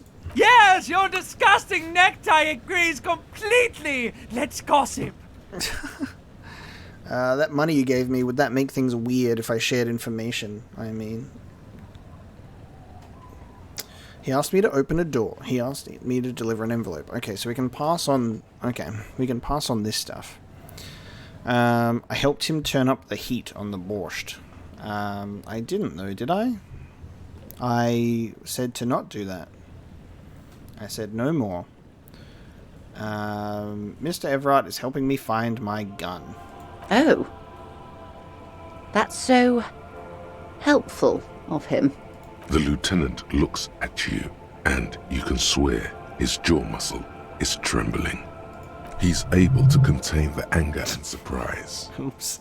Unconventional police officers sometimes lose their guns. They then go around and tell people about this. to gauge their reactions. It's all part of detecting. Kim is really having to learn how to keep his cool around me, huh? Incredible. Simply incredible. And how is it going? Has this detecting produced a gun? Mr. Everard is helping me find my gun. Almost ready to be found soon. No. I'm just going to say no. Well, maybe he's not as helpful as you thought then. Is there anything else? He asked me to open a door. A referral, you mean? I take it this was for someone in the RCM. Don't answer that. No, I mean like a real door to someone's house. Oh my. A real door? The lieutenant does not say anything, but you hear the nylon of his jacket rustle as he looks at you. Alright, I think this is... I'm getting the vibes that Kim is not happy with us talking to her at all. It's interesting because I want to see what information we can garner here, but at the same time I know that it's dangerous territory to be treading. It had to be done. I got information. It was useful to the case. That's good to hear, Detective. Police work is rarely pretty, but it sounds like you did what you had to do. Her bartering mind cannot fathom that you didn't ask anything in return. Frankly, what was done was not pretty at all, but neither was it illegal, and it was not for nothing. I advise you to be very selective with what information you choose to share. This may have consequences beyond our line of sight. Yeah, okay. Ooh. The Union's militant wing organized the lynching. Everett says the Wild Pines sent mercenaries after the Union, and now one's dead. Everett asked the Union's militant wing to fully cooperate with the investigation. I told him about the mercenary tribunal. He didn't seem too worried. That's all I've got to say. Oh my god, very selective. Alright, Kim. This is very real all of a sudden because when we you know, we get into the habit of we're running around and we're going, this is great, and getting to learn things and having like side quests, getting to know these wonderful characters in like all around here, but then we get these moments where we're like, oh right, there's a lot of serious things happening as well. You know, it's kind of the main premise.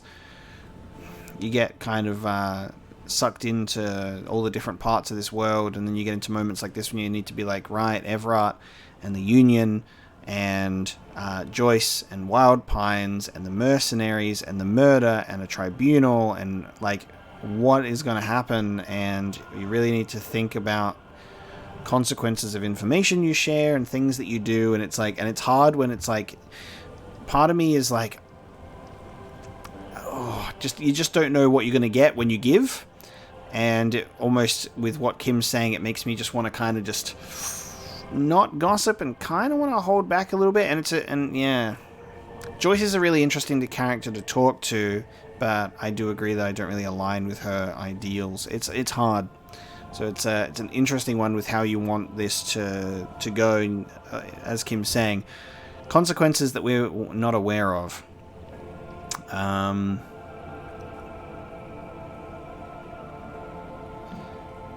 Now, I believe that the Mercenary Tribunal is information that Joyce already knows. Saying he didn't seem too worried seems like it might be a little bit of a more of a harmless one to mention compared to the rest. But it's either everything or nothing. Let's just do nothing. That's all I've got to say. Naturally, Detective. There are lighter topics to gossip about. And then the envelope, you know... I'd rather talk about something else for now, if you don't mind. Of course, Detective. Should something come up later, down the road, don't be afraid to drop by for a chat. Until then, is there anything I can help you with? Apparently there's an esprit de corps check. So... let me have a look. Oh, it's really annoying that pops up, that it's like, you can do that now. It's like, no, I can't. A cell's reaction speed one is open, actually. Oh, a volition check on the electronic doorbell. Interesting. Yeah, Joyce does have a spirit to core check, but I wonder if that's only available if she's in her previous spot. Not sure. I'm going to run through some options and see if there's a check that comes up. The sailor. Where is he now? The times have changed. Is there anything else I can help you? She's not even asking you anything. It's so Of course, Detective. Well, technically speaking, I'm not on it. Good.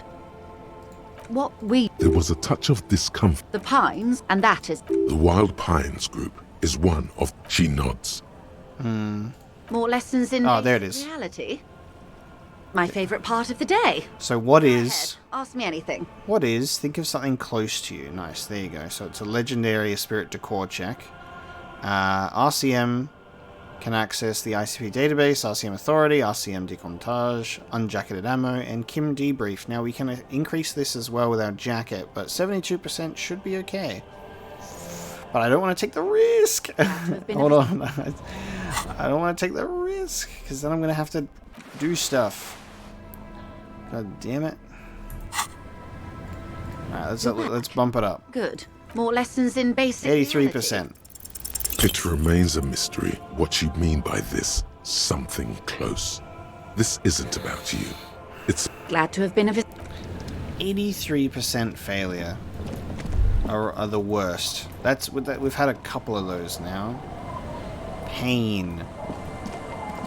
Absolute pain. That's just mean at this point in time. Alright, can we convince Kim that there's a sexy dark mystery to this case? Yes. Ooh, it's 72% now. It's just 72%. There's no pluses or minuses, but it is 72%. What if you did it? There we go. Alright, convince Kim that there's a sexy dark mystery to this case. Why is that the first line of dialogue, though? Did what? The Hanged Man? Yes, you killed him. And then, as part of the plan, you drowned out the memory. Forgetting was merely a matter of convenience. Very clever. Maybe this is why your chest feels so hollow. You did an awful thing, and you can't even bring yourself to acknowledge it.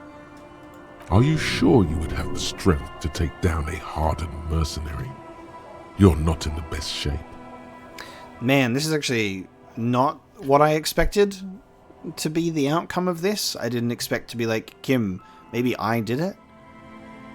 Strange. Keep it to yourself. This is your burden to bear now. I wonder if this is going to be a thought to internalize. Kim, I think I may be the murderer. I killed the man and then tricked myself into forgetting about it. Oh, this is interesting. I'm curious, though. And what has led you to this conclusion? My chest feels hollow, like I did something terrible. That is a common side effect of overindulgence. It will pass. So you're saying I didn't kill him, but Kim, it turned out to be that I was the one racing around town in my motor carriage. The victim wasn't run over by a drunk driver. So, while I can't condone your driving habit, the cases remain unrelated. Look, it's not unusual for detectives to feel complicit in a crime until the perpetrator is identified and apprehended, especially when the investigation is dragging. So, let's get back to it, shall we? Okay. That is not what I expected from that check. That was a strange one. That was a strange one. Yeah. Let's do the electronic doorbell because it's a volition check. And it's right here. Oh, hang on. You think you have a pretty hot suspect right now, don't you? That ruby of yours? There you go. So this thought pops up because I leveled the volition to 5. Nice. It is honestly insane how, like, just knowing how many checks have not even been available to us because of them being, like, lower leveled. It's too much for me to even think about. Yeah, and? Notice how it came together without casting too much suspicion on Clasia. It was nice and Ruby-centric in the end. I think what Volition is trying to get at here, that obviously we had a lot of suspicion on Clasia, so she's given up Ruby to push the spotlight or push the suspicion off of her and onto someone else, is I think what Volition's getting at here. What do you mean? Anything strike you a bit off about this mishmash? The thing is, Class J is still a suspect for sure. And because we've pushed her into the corner, Ruby's come up as a result for us to, get a new lead. The footprints in the pinball workshop didn't fit with the Odd Souls prints in the crime scene. No, they didn't. It turned out the bullet was an antique. True. Strange how you conducted the whole advanced ballistics analysis and then hand-waved it. The bullet was jacketed. They don't just lie around everywhere, do they? Good point. It is rather rare these days, but do continue. So far, no one has mentioned hearing the shot. Notice how this hasn't come up at all. Even Hardy and his boys didn't mention it. Neither did you. Oh, I like Volition. I'm done thinking about this. That's right. Finish thought. Just finish it and conveniently go on. She's watching you leave right now. You know that. Free as a bird on that roof. Lighting up a cigarette and thinking, am I glad Ruby's in this shit and not me? Yeah. Don't listen to this guy. The theory was solid. He's just jealous. Move on. It's no use harassing her further. But logic is compromised. Volition isn't. And this is what I'm saying, is I don't think Ruby necessarily is our prime suspect or our killer. I don't even know if Class J is. But it's right, though. Old callbox. She has, This must be the name of the doomed commercial area. She has, shifted the focus onto Ruby. 72%. Wax cylinder. Slipstream SCA. Whatever she says, it can't hurt you. You're a different person now. Stronger, healthier, and... Alright, maybe not healthier, but it's a bonus that you've drunk so hard you can't remember any of your past relationships. Oblivion's the ace in your corner. Call her again. Press the doorbell to Slipstream SCA. I'm really curious about this one because it's been a while since we checked the doorbell and had this, but it was the one where it was like a really weird call. There's a light buzz as you press the doorbell, waiting for her to answer the call. It's cold outside, and you can hear the wind blowing into the speaker. A strange metallic taste fills your mouth as you stare at the intercom. There's the static again, whispering like a seashell pressed against the air. Yes, hello. This is Tricentennial Electric. Have you come to place an order? Yeah, this is the weird stuff. Hi, it's me again. I wanted to talk to you. My God. Here come the bad vibes again. Relax. Distance yourself from it. Please don't hang up. I just want to explain myself. It's you. Yeah, and then it just goes into this again, right? She's repeating the same thing. My God, it's you. My God. I didn't think I would hear your voice again. It's playing. It just feels like it's playing some sort of weird repeating thing where it's like, doesn't matter what we say, it's gonna just play the whole thing. Wait, is she? Yeah. Wait, are you repeating your words? Michelle, just please. Yeah, it's exactly the same. It's like a recording. Why did you even call? I don't understand. You've been gone for months. I thought you didn't care. Is this some kind of joke? It doesn't matter what I say, you're just going to continue, right? The voice from the intercom doesn't answer, but you can hear her breathing. Wind blows into your microphone again, crackling and echoing in the box. Your hands are getting cold and your breathing becomes visible, forming small silvery puffs in the air. Is it over? Can we talk now? Ever since I came to work here, it's been different. As if my mind's been wiped clean. It's so nice. It's so nice to be able to finally forget about you. And then it hits you. You're a recording. She tries again not to cry, and still doesn't succeed completely. Her quiet sobs sound old and distant, as if her voice is being played off a wax cylinder. Real or not, your mirror neurons react. It feels painful to be listening to this. Just a recording. And here I thought... Her sound melts into the static from a long-distance phone call. From time to time, you can hear people talking in the distance, but can't make out any words. This is where you hung up the call the last time, but the recording is still going. The phone rings in the office with an old-fashioned chime, and someone walks by in a pair of heels. The static is like a warm blanket wrapped around the sounds. Is anyone there? No one replies, but the static grows stronger like rainfall. Then a female voice speaks out, completely different from the one before. Glorious and total somehow, crawling inside your head. For 300 years I have been here, volatile and luminous, made of sodium and rain. If you want me, you can find me on the beach. Dans la dernière balle. So... The strange alien thought pattern ends. The lieutenant cuts in, inspecting the intercom. It was a recording trapped in the circuitry from some ancient tenant. This sometimes happens. Shall we conclude here? We have other mysteries to solve. Something weird just happened to me. Don't take this the wrong way, but during our short stint working together, something weird is almost always happening to you. That's right, because I'm a sexy dark mystery. That is true. It is. Okay, nice. Well, we got that check out of the way as well. We did another one.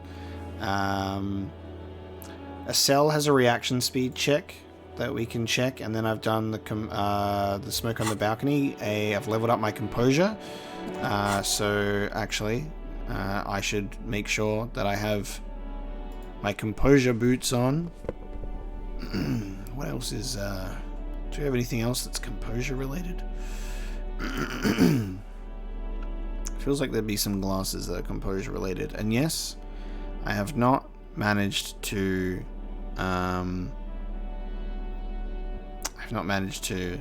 memorize any of my stuff.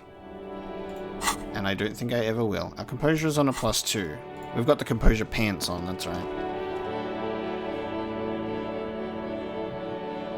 Let's get this check. Let's figure out what's going on with Smoker on the balcony. Hi again, Gendarme. 83%, the cursed number. He's so different. What is it about the way he carries himself?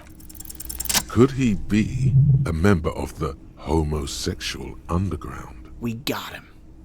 Yes, this man is definitely one of the homos. I've seen them homos with my own eyes. Just pointing it out. We're not talking about some kind of cult with members here. You made it up. Are you part of the homosexual underground? The homosexual underground? The smoker sits up immediately, his eyes wide with amused surprise. A honeyed smile lingers on his lips. Why, yes I am, officer. Why? Do you want to investigate? Yes, I want to hear more about this homosexual underground you're part of. Oh, it's a pleasure group. A Sub Rosa pleasure group congregating in cellars under the cover of night. Saturday night. Sometimes even Friday night. What about Thursday night? Or Thursday night.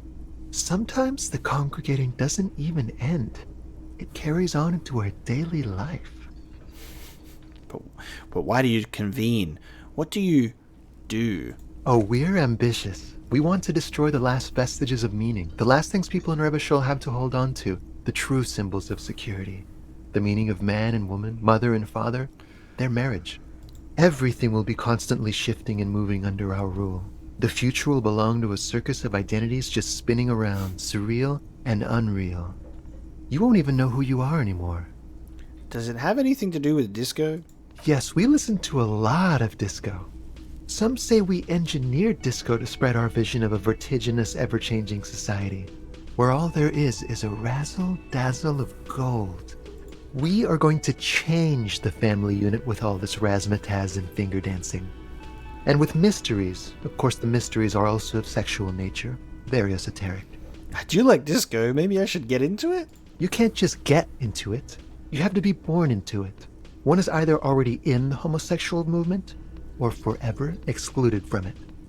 What if I can't remember whether I'm in or not? What if I can't remember anything about my life aside from the fact that I like disco? Beautiful. Beautiful. That's exactly what we're looking for. Who knows, maybe you were homosexual in the past. Maybe all of that has been repressed. I have to say that you do look like someone who might be part of the underground. You have that very distinctive, I can't understand what's going on here look. This is going to be like a 20-hour mind project for me. 20 hours at least. Okay. I have to think about it. Do think about it, officer. This is going to be like a 20-hour mind project for me. 20 hours at least. Absolutely wonderful. Oh, nice. It's a thought. Okay. Let's have a look. The homosexual underground. It's 8 hours. It's an 8-hour thought. You see mysterious strangers in the night, leaning against unlit doorways, engaged in hushed conversation. A shadowy cabal exchanging looks, whispering in dark alleys and unmarked locales. A radical cell conspiring against the state, and perhaps even against man and woman. Was that a secret handshake? What's going on? Who are these secretive people? How will they accomplish their sinister and world-altering goals? And most importantly, are you one of them? You could be. Maybe you forgot. We are one skill point away from a level up. A man like you can figure out his sexuality in a working day. It won't be 20 hours unless you want to enter the heightened realms of the phantasme érotique afterwards. It may be 20 hours or more, but that would be on your own time. Okay. Bye-bye, gendarme. We got the check, which is pretty good. Really don't know why the trash container still has one when there's seemingly nothing in there. The map wall, which is in the bookstore, has an interfacing challenge, apparently. Conceptualization on Measurehead. Maybe we should try that. We can up our conceptualization. What is that? I think that's subscribing to his race theory, though, isn't it? I don't know if that's, I don't know if that's the best idea. Considering his interests. Let me actually travel to the church, and we'll speak to Estelle, because we got a reaction speed check, though. And then...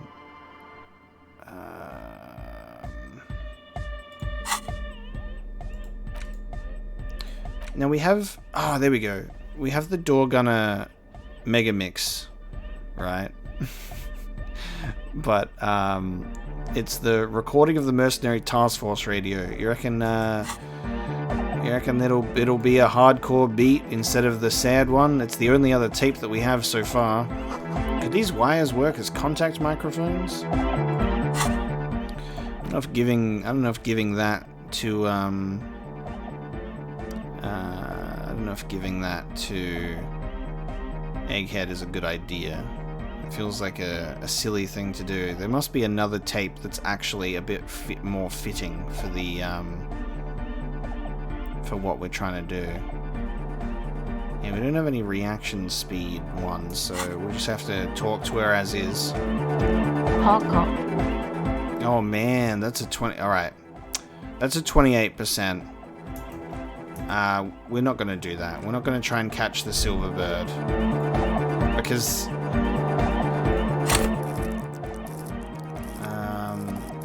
Yeah, we can only level it up once more. I'm going to need something. We can also do speed. We can also do speed. Oh, no, hang on. Yeah. There's no minuses, which is good. Yeah. Maybe we're going to have to do speed. And that'll still only bump it up to like, I think 40-something%, which is still a halfway. Which is pretty crazy. Alright, maybe not. Maybe not yet. Also, we'll try and look for another tape before we give a radio recording of the mercenary to Egghead. That doesn't seem like a good idea. But we will leave the rest for now. And I wonder if in the middle of the day we can maybe get the signatures from the hobos. I think we can do that. Placements in the Dice Maker about the source of doom. We can definitely do that. West of the boardwalk on the coast, and then ask about Ruby in the village, which is obviously the big one to do. Obviously the big one. I don't think we've been down here yet. An open door, worn by elements, guards the depot. The wind has blown a sand dune in front of it. The door hasn't been opened in a long while. You see a handle. It's a red check, and it's an impossible one too. Unopenable door. And that's it. We've got the interfacing gloves on as well, and it's just 3%. It's a red check. But because red checks can sometimes lead into something interesting, I don't know if we're ever going to be able to get enough pluses on that to open it. Alright, let's roll for 3%. Are we feeling lucky? This can make up for all of the 83% losses that we've suffered. 3% is still a chance, and then if it fails, we get to see the result anyway. 3% success. You rattle the handle a bit, then push on the door with all your weight. It does not budge. Not only is it locked, it's also jammed shut. We tried. Huh, the door's shut tight. How can we get in there? We don't get in there. What do you mean? We get into, like, everywhere. Frankly, you're just going to have to accept the fact that you can't get in through every single door. No. We've gotten into every door thus far. That's what we do. We open doors. We're cops. That's our perk. Even Everard knew that's a part of our MO. But that's who I am, who we are. Yeah, I understand you. I like opening doors as much as the next guy. But this one is simply beyond repair, and we don't have the resources needed to open it. Relax. No one's hiding in there. If we can't open it, others can't either. And thus they can't get in. At least you can think about opening it, about doors in general. They are, after all, fundamental to your life. Perhaps something useful would come from this. We did gain a thought from it. One more door. Half-light. What is behind it? 45 minutes. God damn it. It cannot be. A disgrace. That door on the coast. You remember the one, right? The one that leads to the abandoned supply depot? Why, in the name of all that's holy, does it not open? Why? There has to be a way to get through that unopenable door. By God, you're the police. All doors are supposed to open before you. What will the others at the precinct think if you can't open a goddamn door? There must be a way. Interesting. Curious. What is this thing anyway? It's military. A service depot of some sort. Used to service what? The washerwoman mentioned a depot at the coast. She said it was for moving ammo and cargo across the bay. This might be it. Could be useful to the investigation, Kim, and they might have sealed it after the murder. Walk away.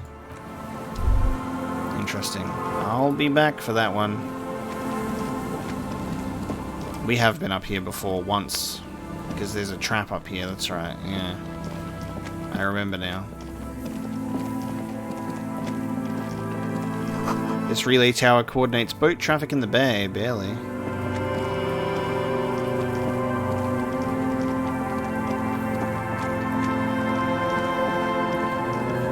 May as well check it while I'm here. Let's quickly check this trap. Just dead and dying locusts. Poor things. Damn. I was really hoping for a Insulindian phasmid check. The boardwalk rises to your south. It casts a long shadow over you. But then I don't think we're going to be able to interact or even communicate with cryptozoologists anymore. I'm pretty sure they're gone. They're out now. Such a sad, disappointing end to something that I got so invested in. Alright, let's go see if the drunks are hanging out, and we'll get those signatures, I think.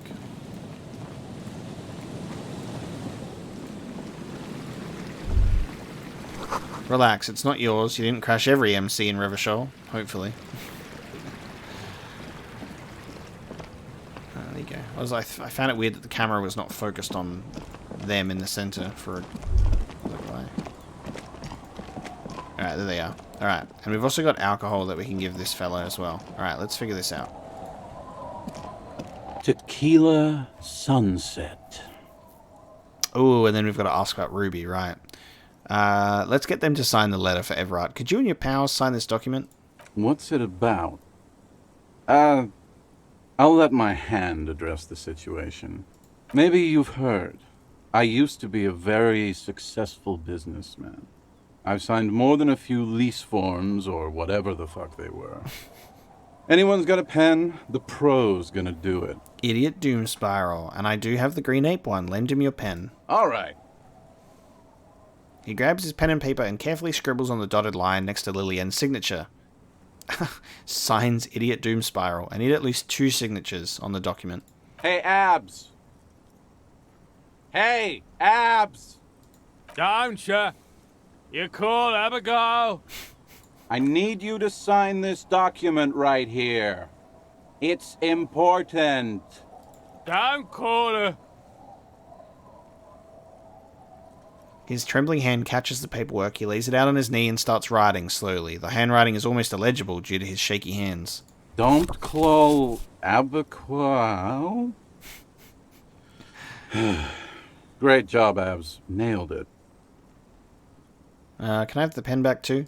Don't know if I've mentioned it, but I used to be a businessman. And as a businessman, I'm going to keep the pen. For my trouble. No, not the pen. That was my Phasmid lover's pen. No, that was my favorite thing of all the things you have. I loved that pen. My favorite is the gun he lost.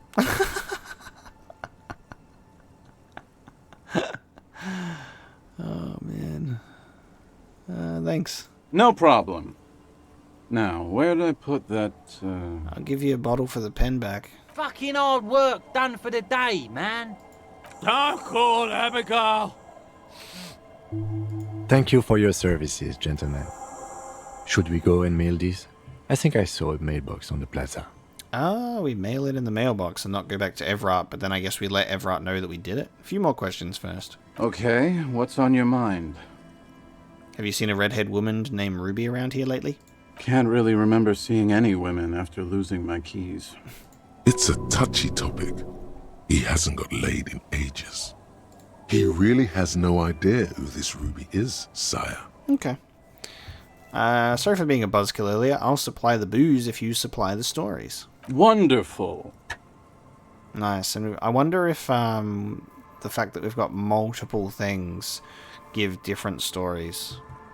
Here, I've got a potent Pilsner. Not much, but it will do. Hey, Spiral Boy, you gonna share that?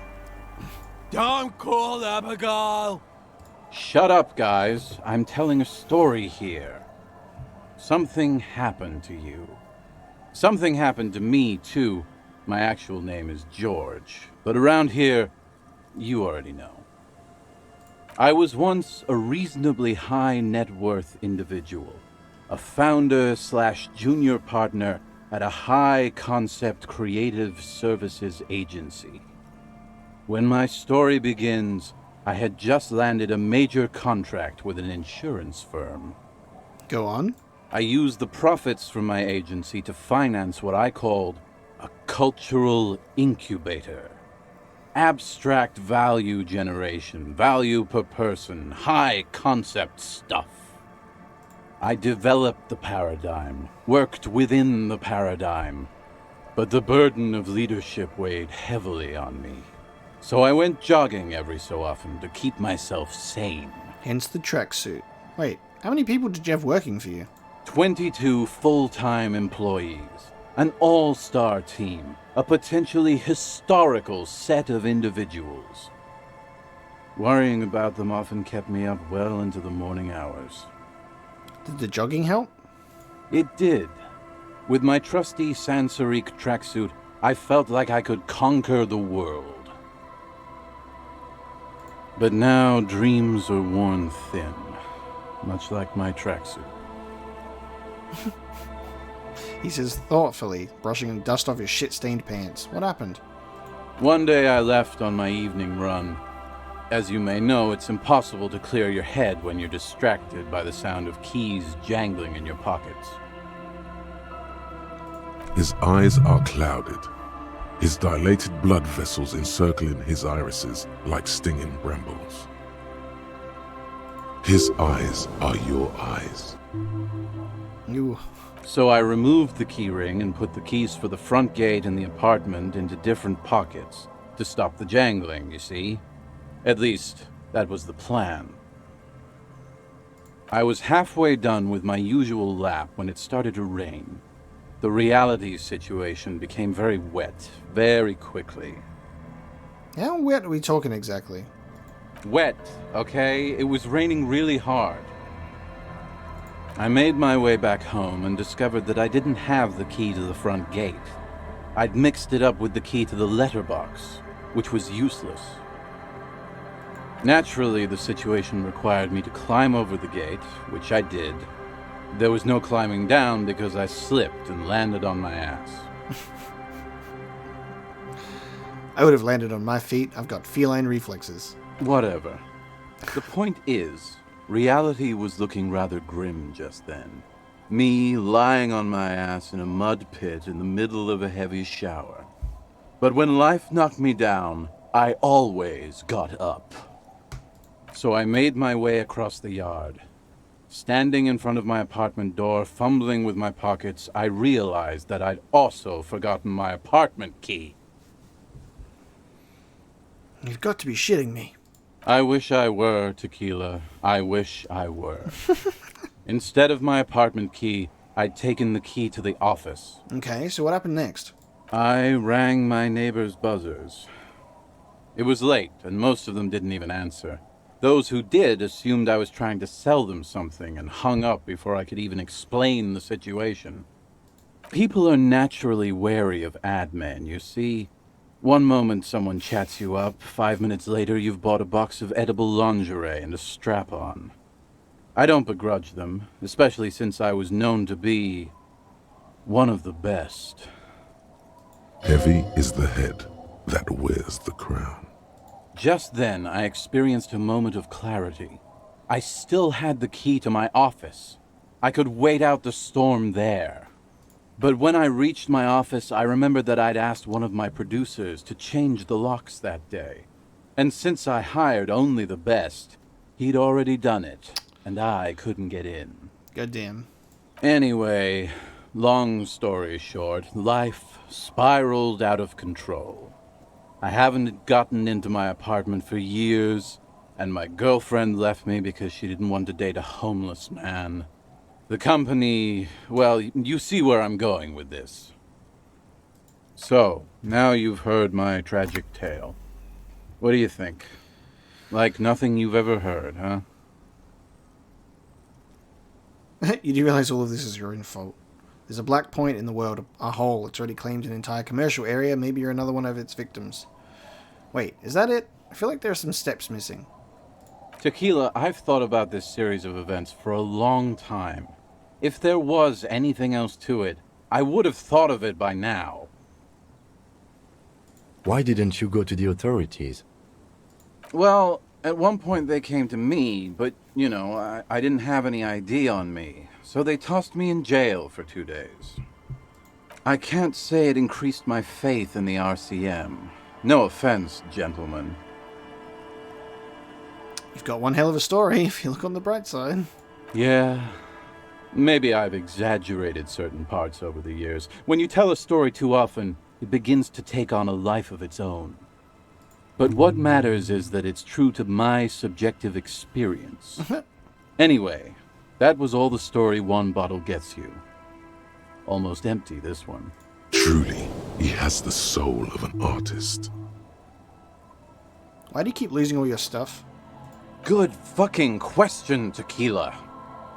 If I knew the answer, you think I'd be hanging out on a beach in this formerly premium but now extremely dirty two-piece Lycra tracksuit? TM. I used to own my reality situation. My business buddies and I had our own creative services agency. I had a nice apartment, an even nicer piece of ass. But somehow it all got away from me. Now I can't hang on to anything. Just last week I stole this nice new jacket, but then I lost it too. The only things I haven't lost are these two drunks. That'll be the jacket that we picked up and cleaned, I assume. You of all people should empathize with this. Perhaps this lost jacket is something you could help with? Give him the jacket that we cleaned and is fashionable? What was the name of your agency? My agency, man. The Boom Boom Room. Our concept was combining high art with the lowest forms of marketing. The color red, breasts, and oil painting. Okay. I convinced my partners to reinvest some of our profits in an even more high-concept cultural incubator called Thin Air. The artists were happy, the clients were happy. I was financing a group of poets in East Revachol who were developing a new universal poetic language. But then it all went to shit. Sounds intriguing. What say you, Art Cop? If it sounds like it makes no sense, that's because it doesn't. Man, mixing high and low, commodifying culture, that is extremely my shit. I know! It was fucking awesome! Too bad I went on a jog, unleashing a cascade of doom that washed it all away. What's up with the tracksuit? What? You've never seen 100% Lycra before? Go on, feel that primo material. Touch it. Pretty nice, huh?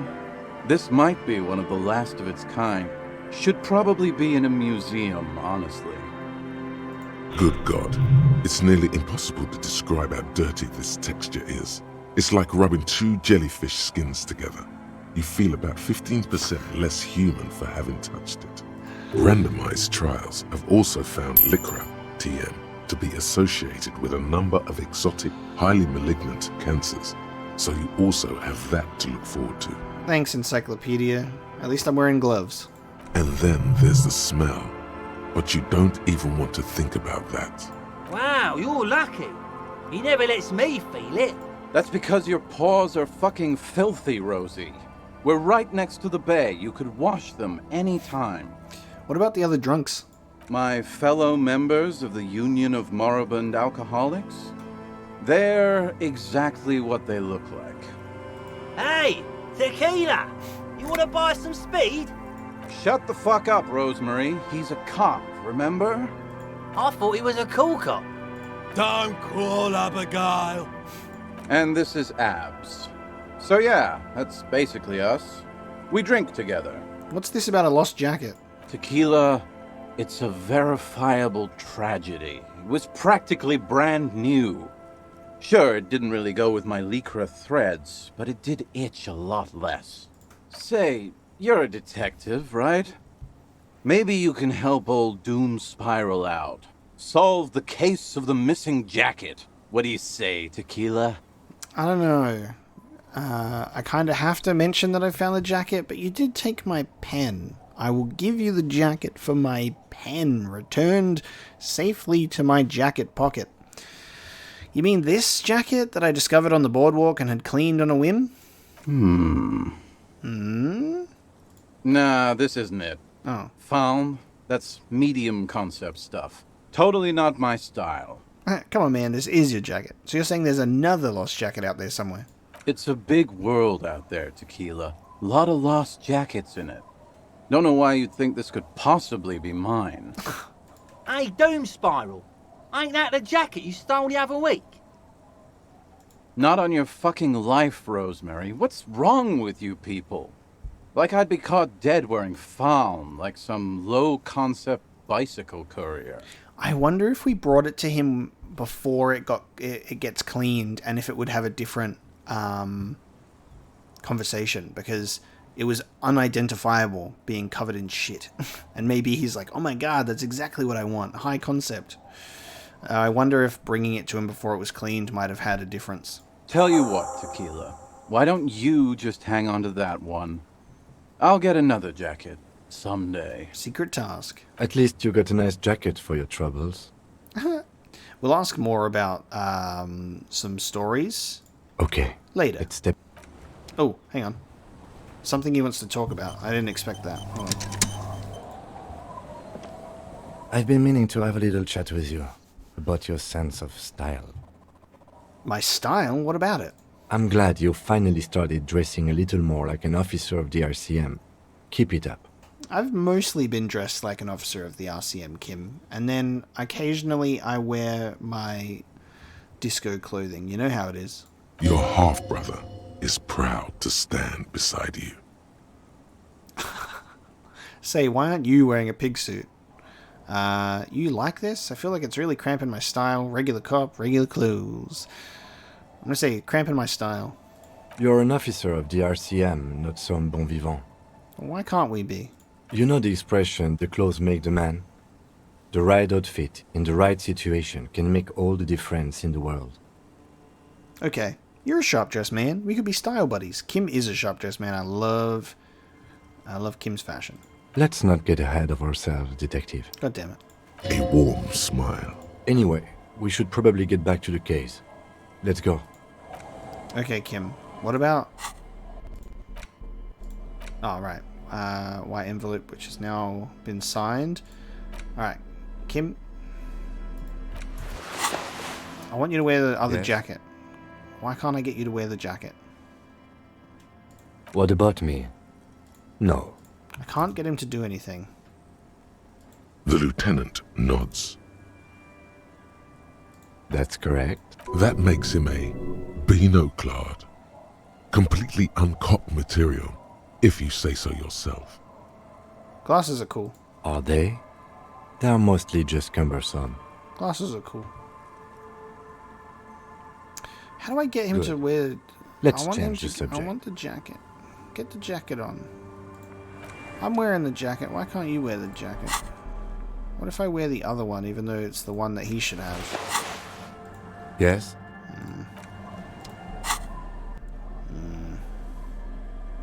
Feels weird that I just own these two jackets. Oh well.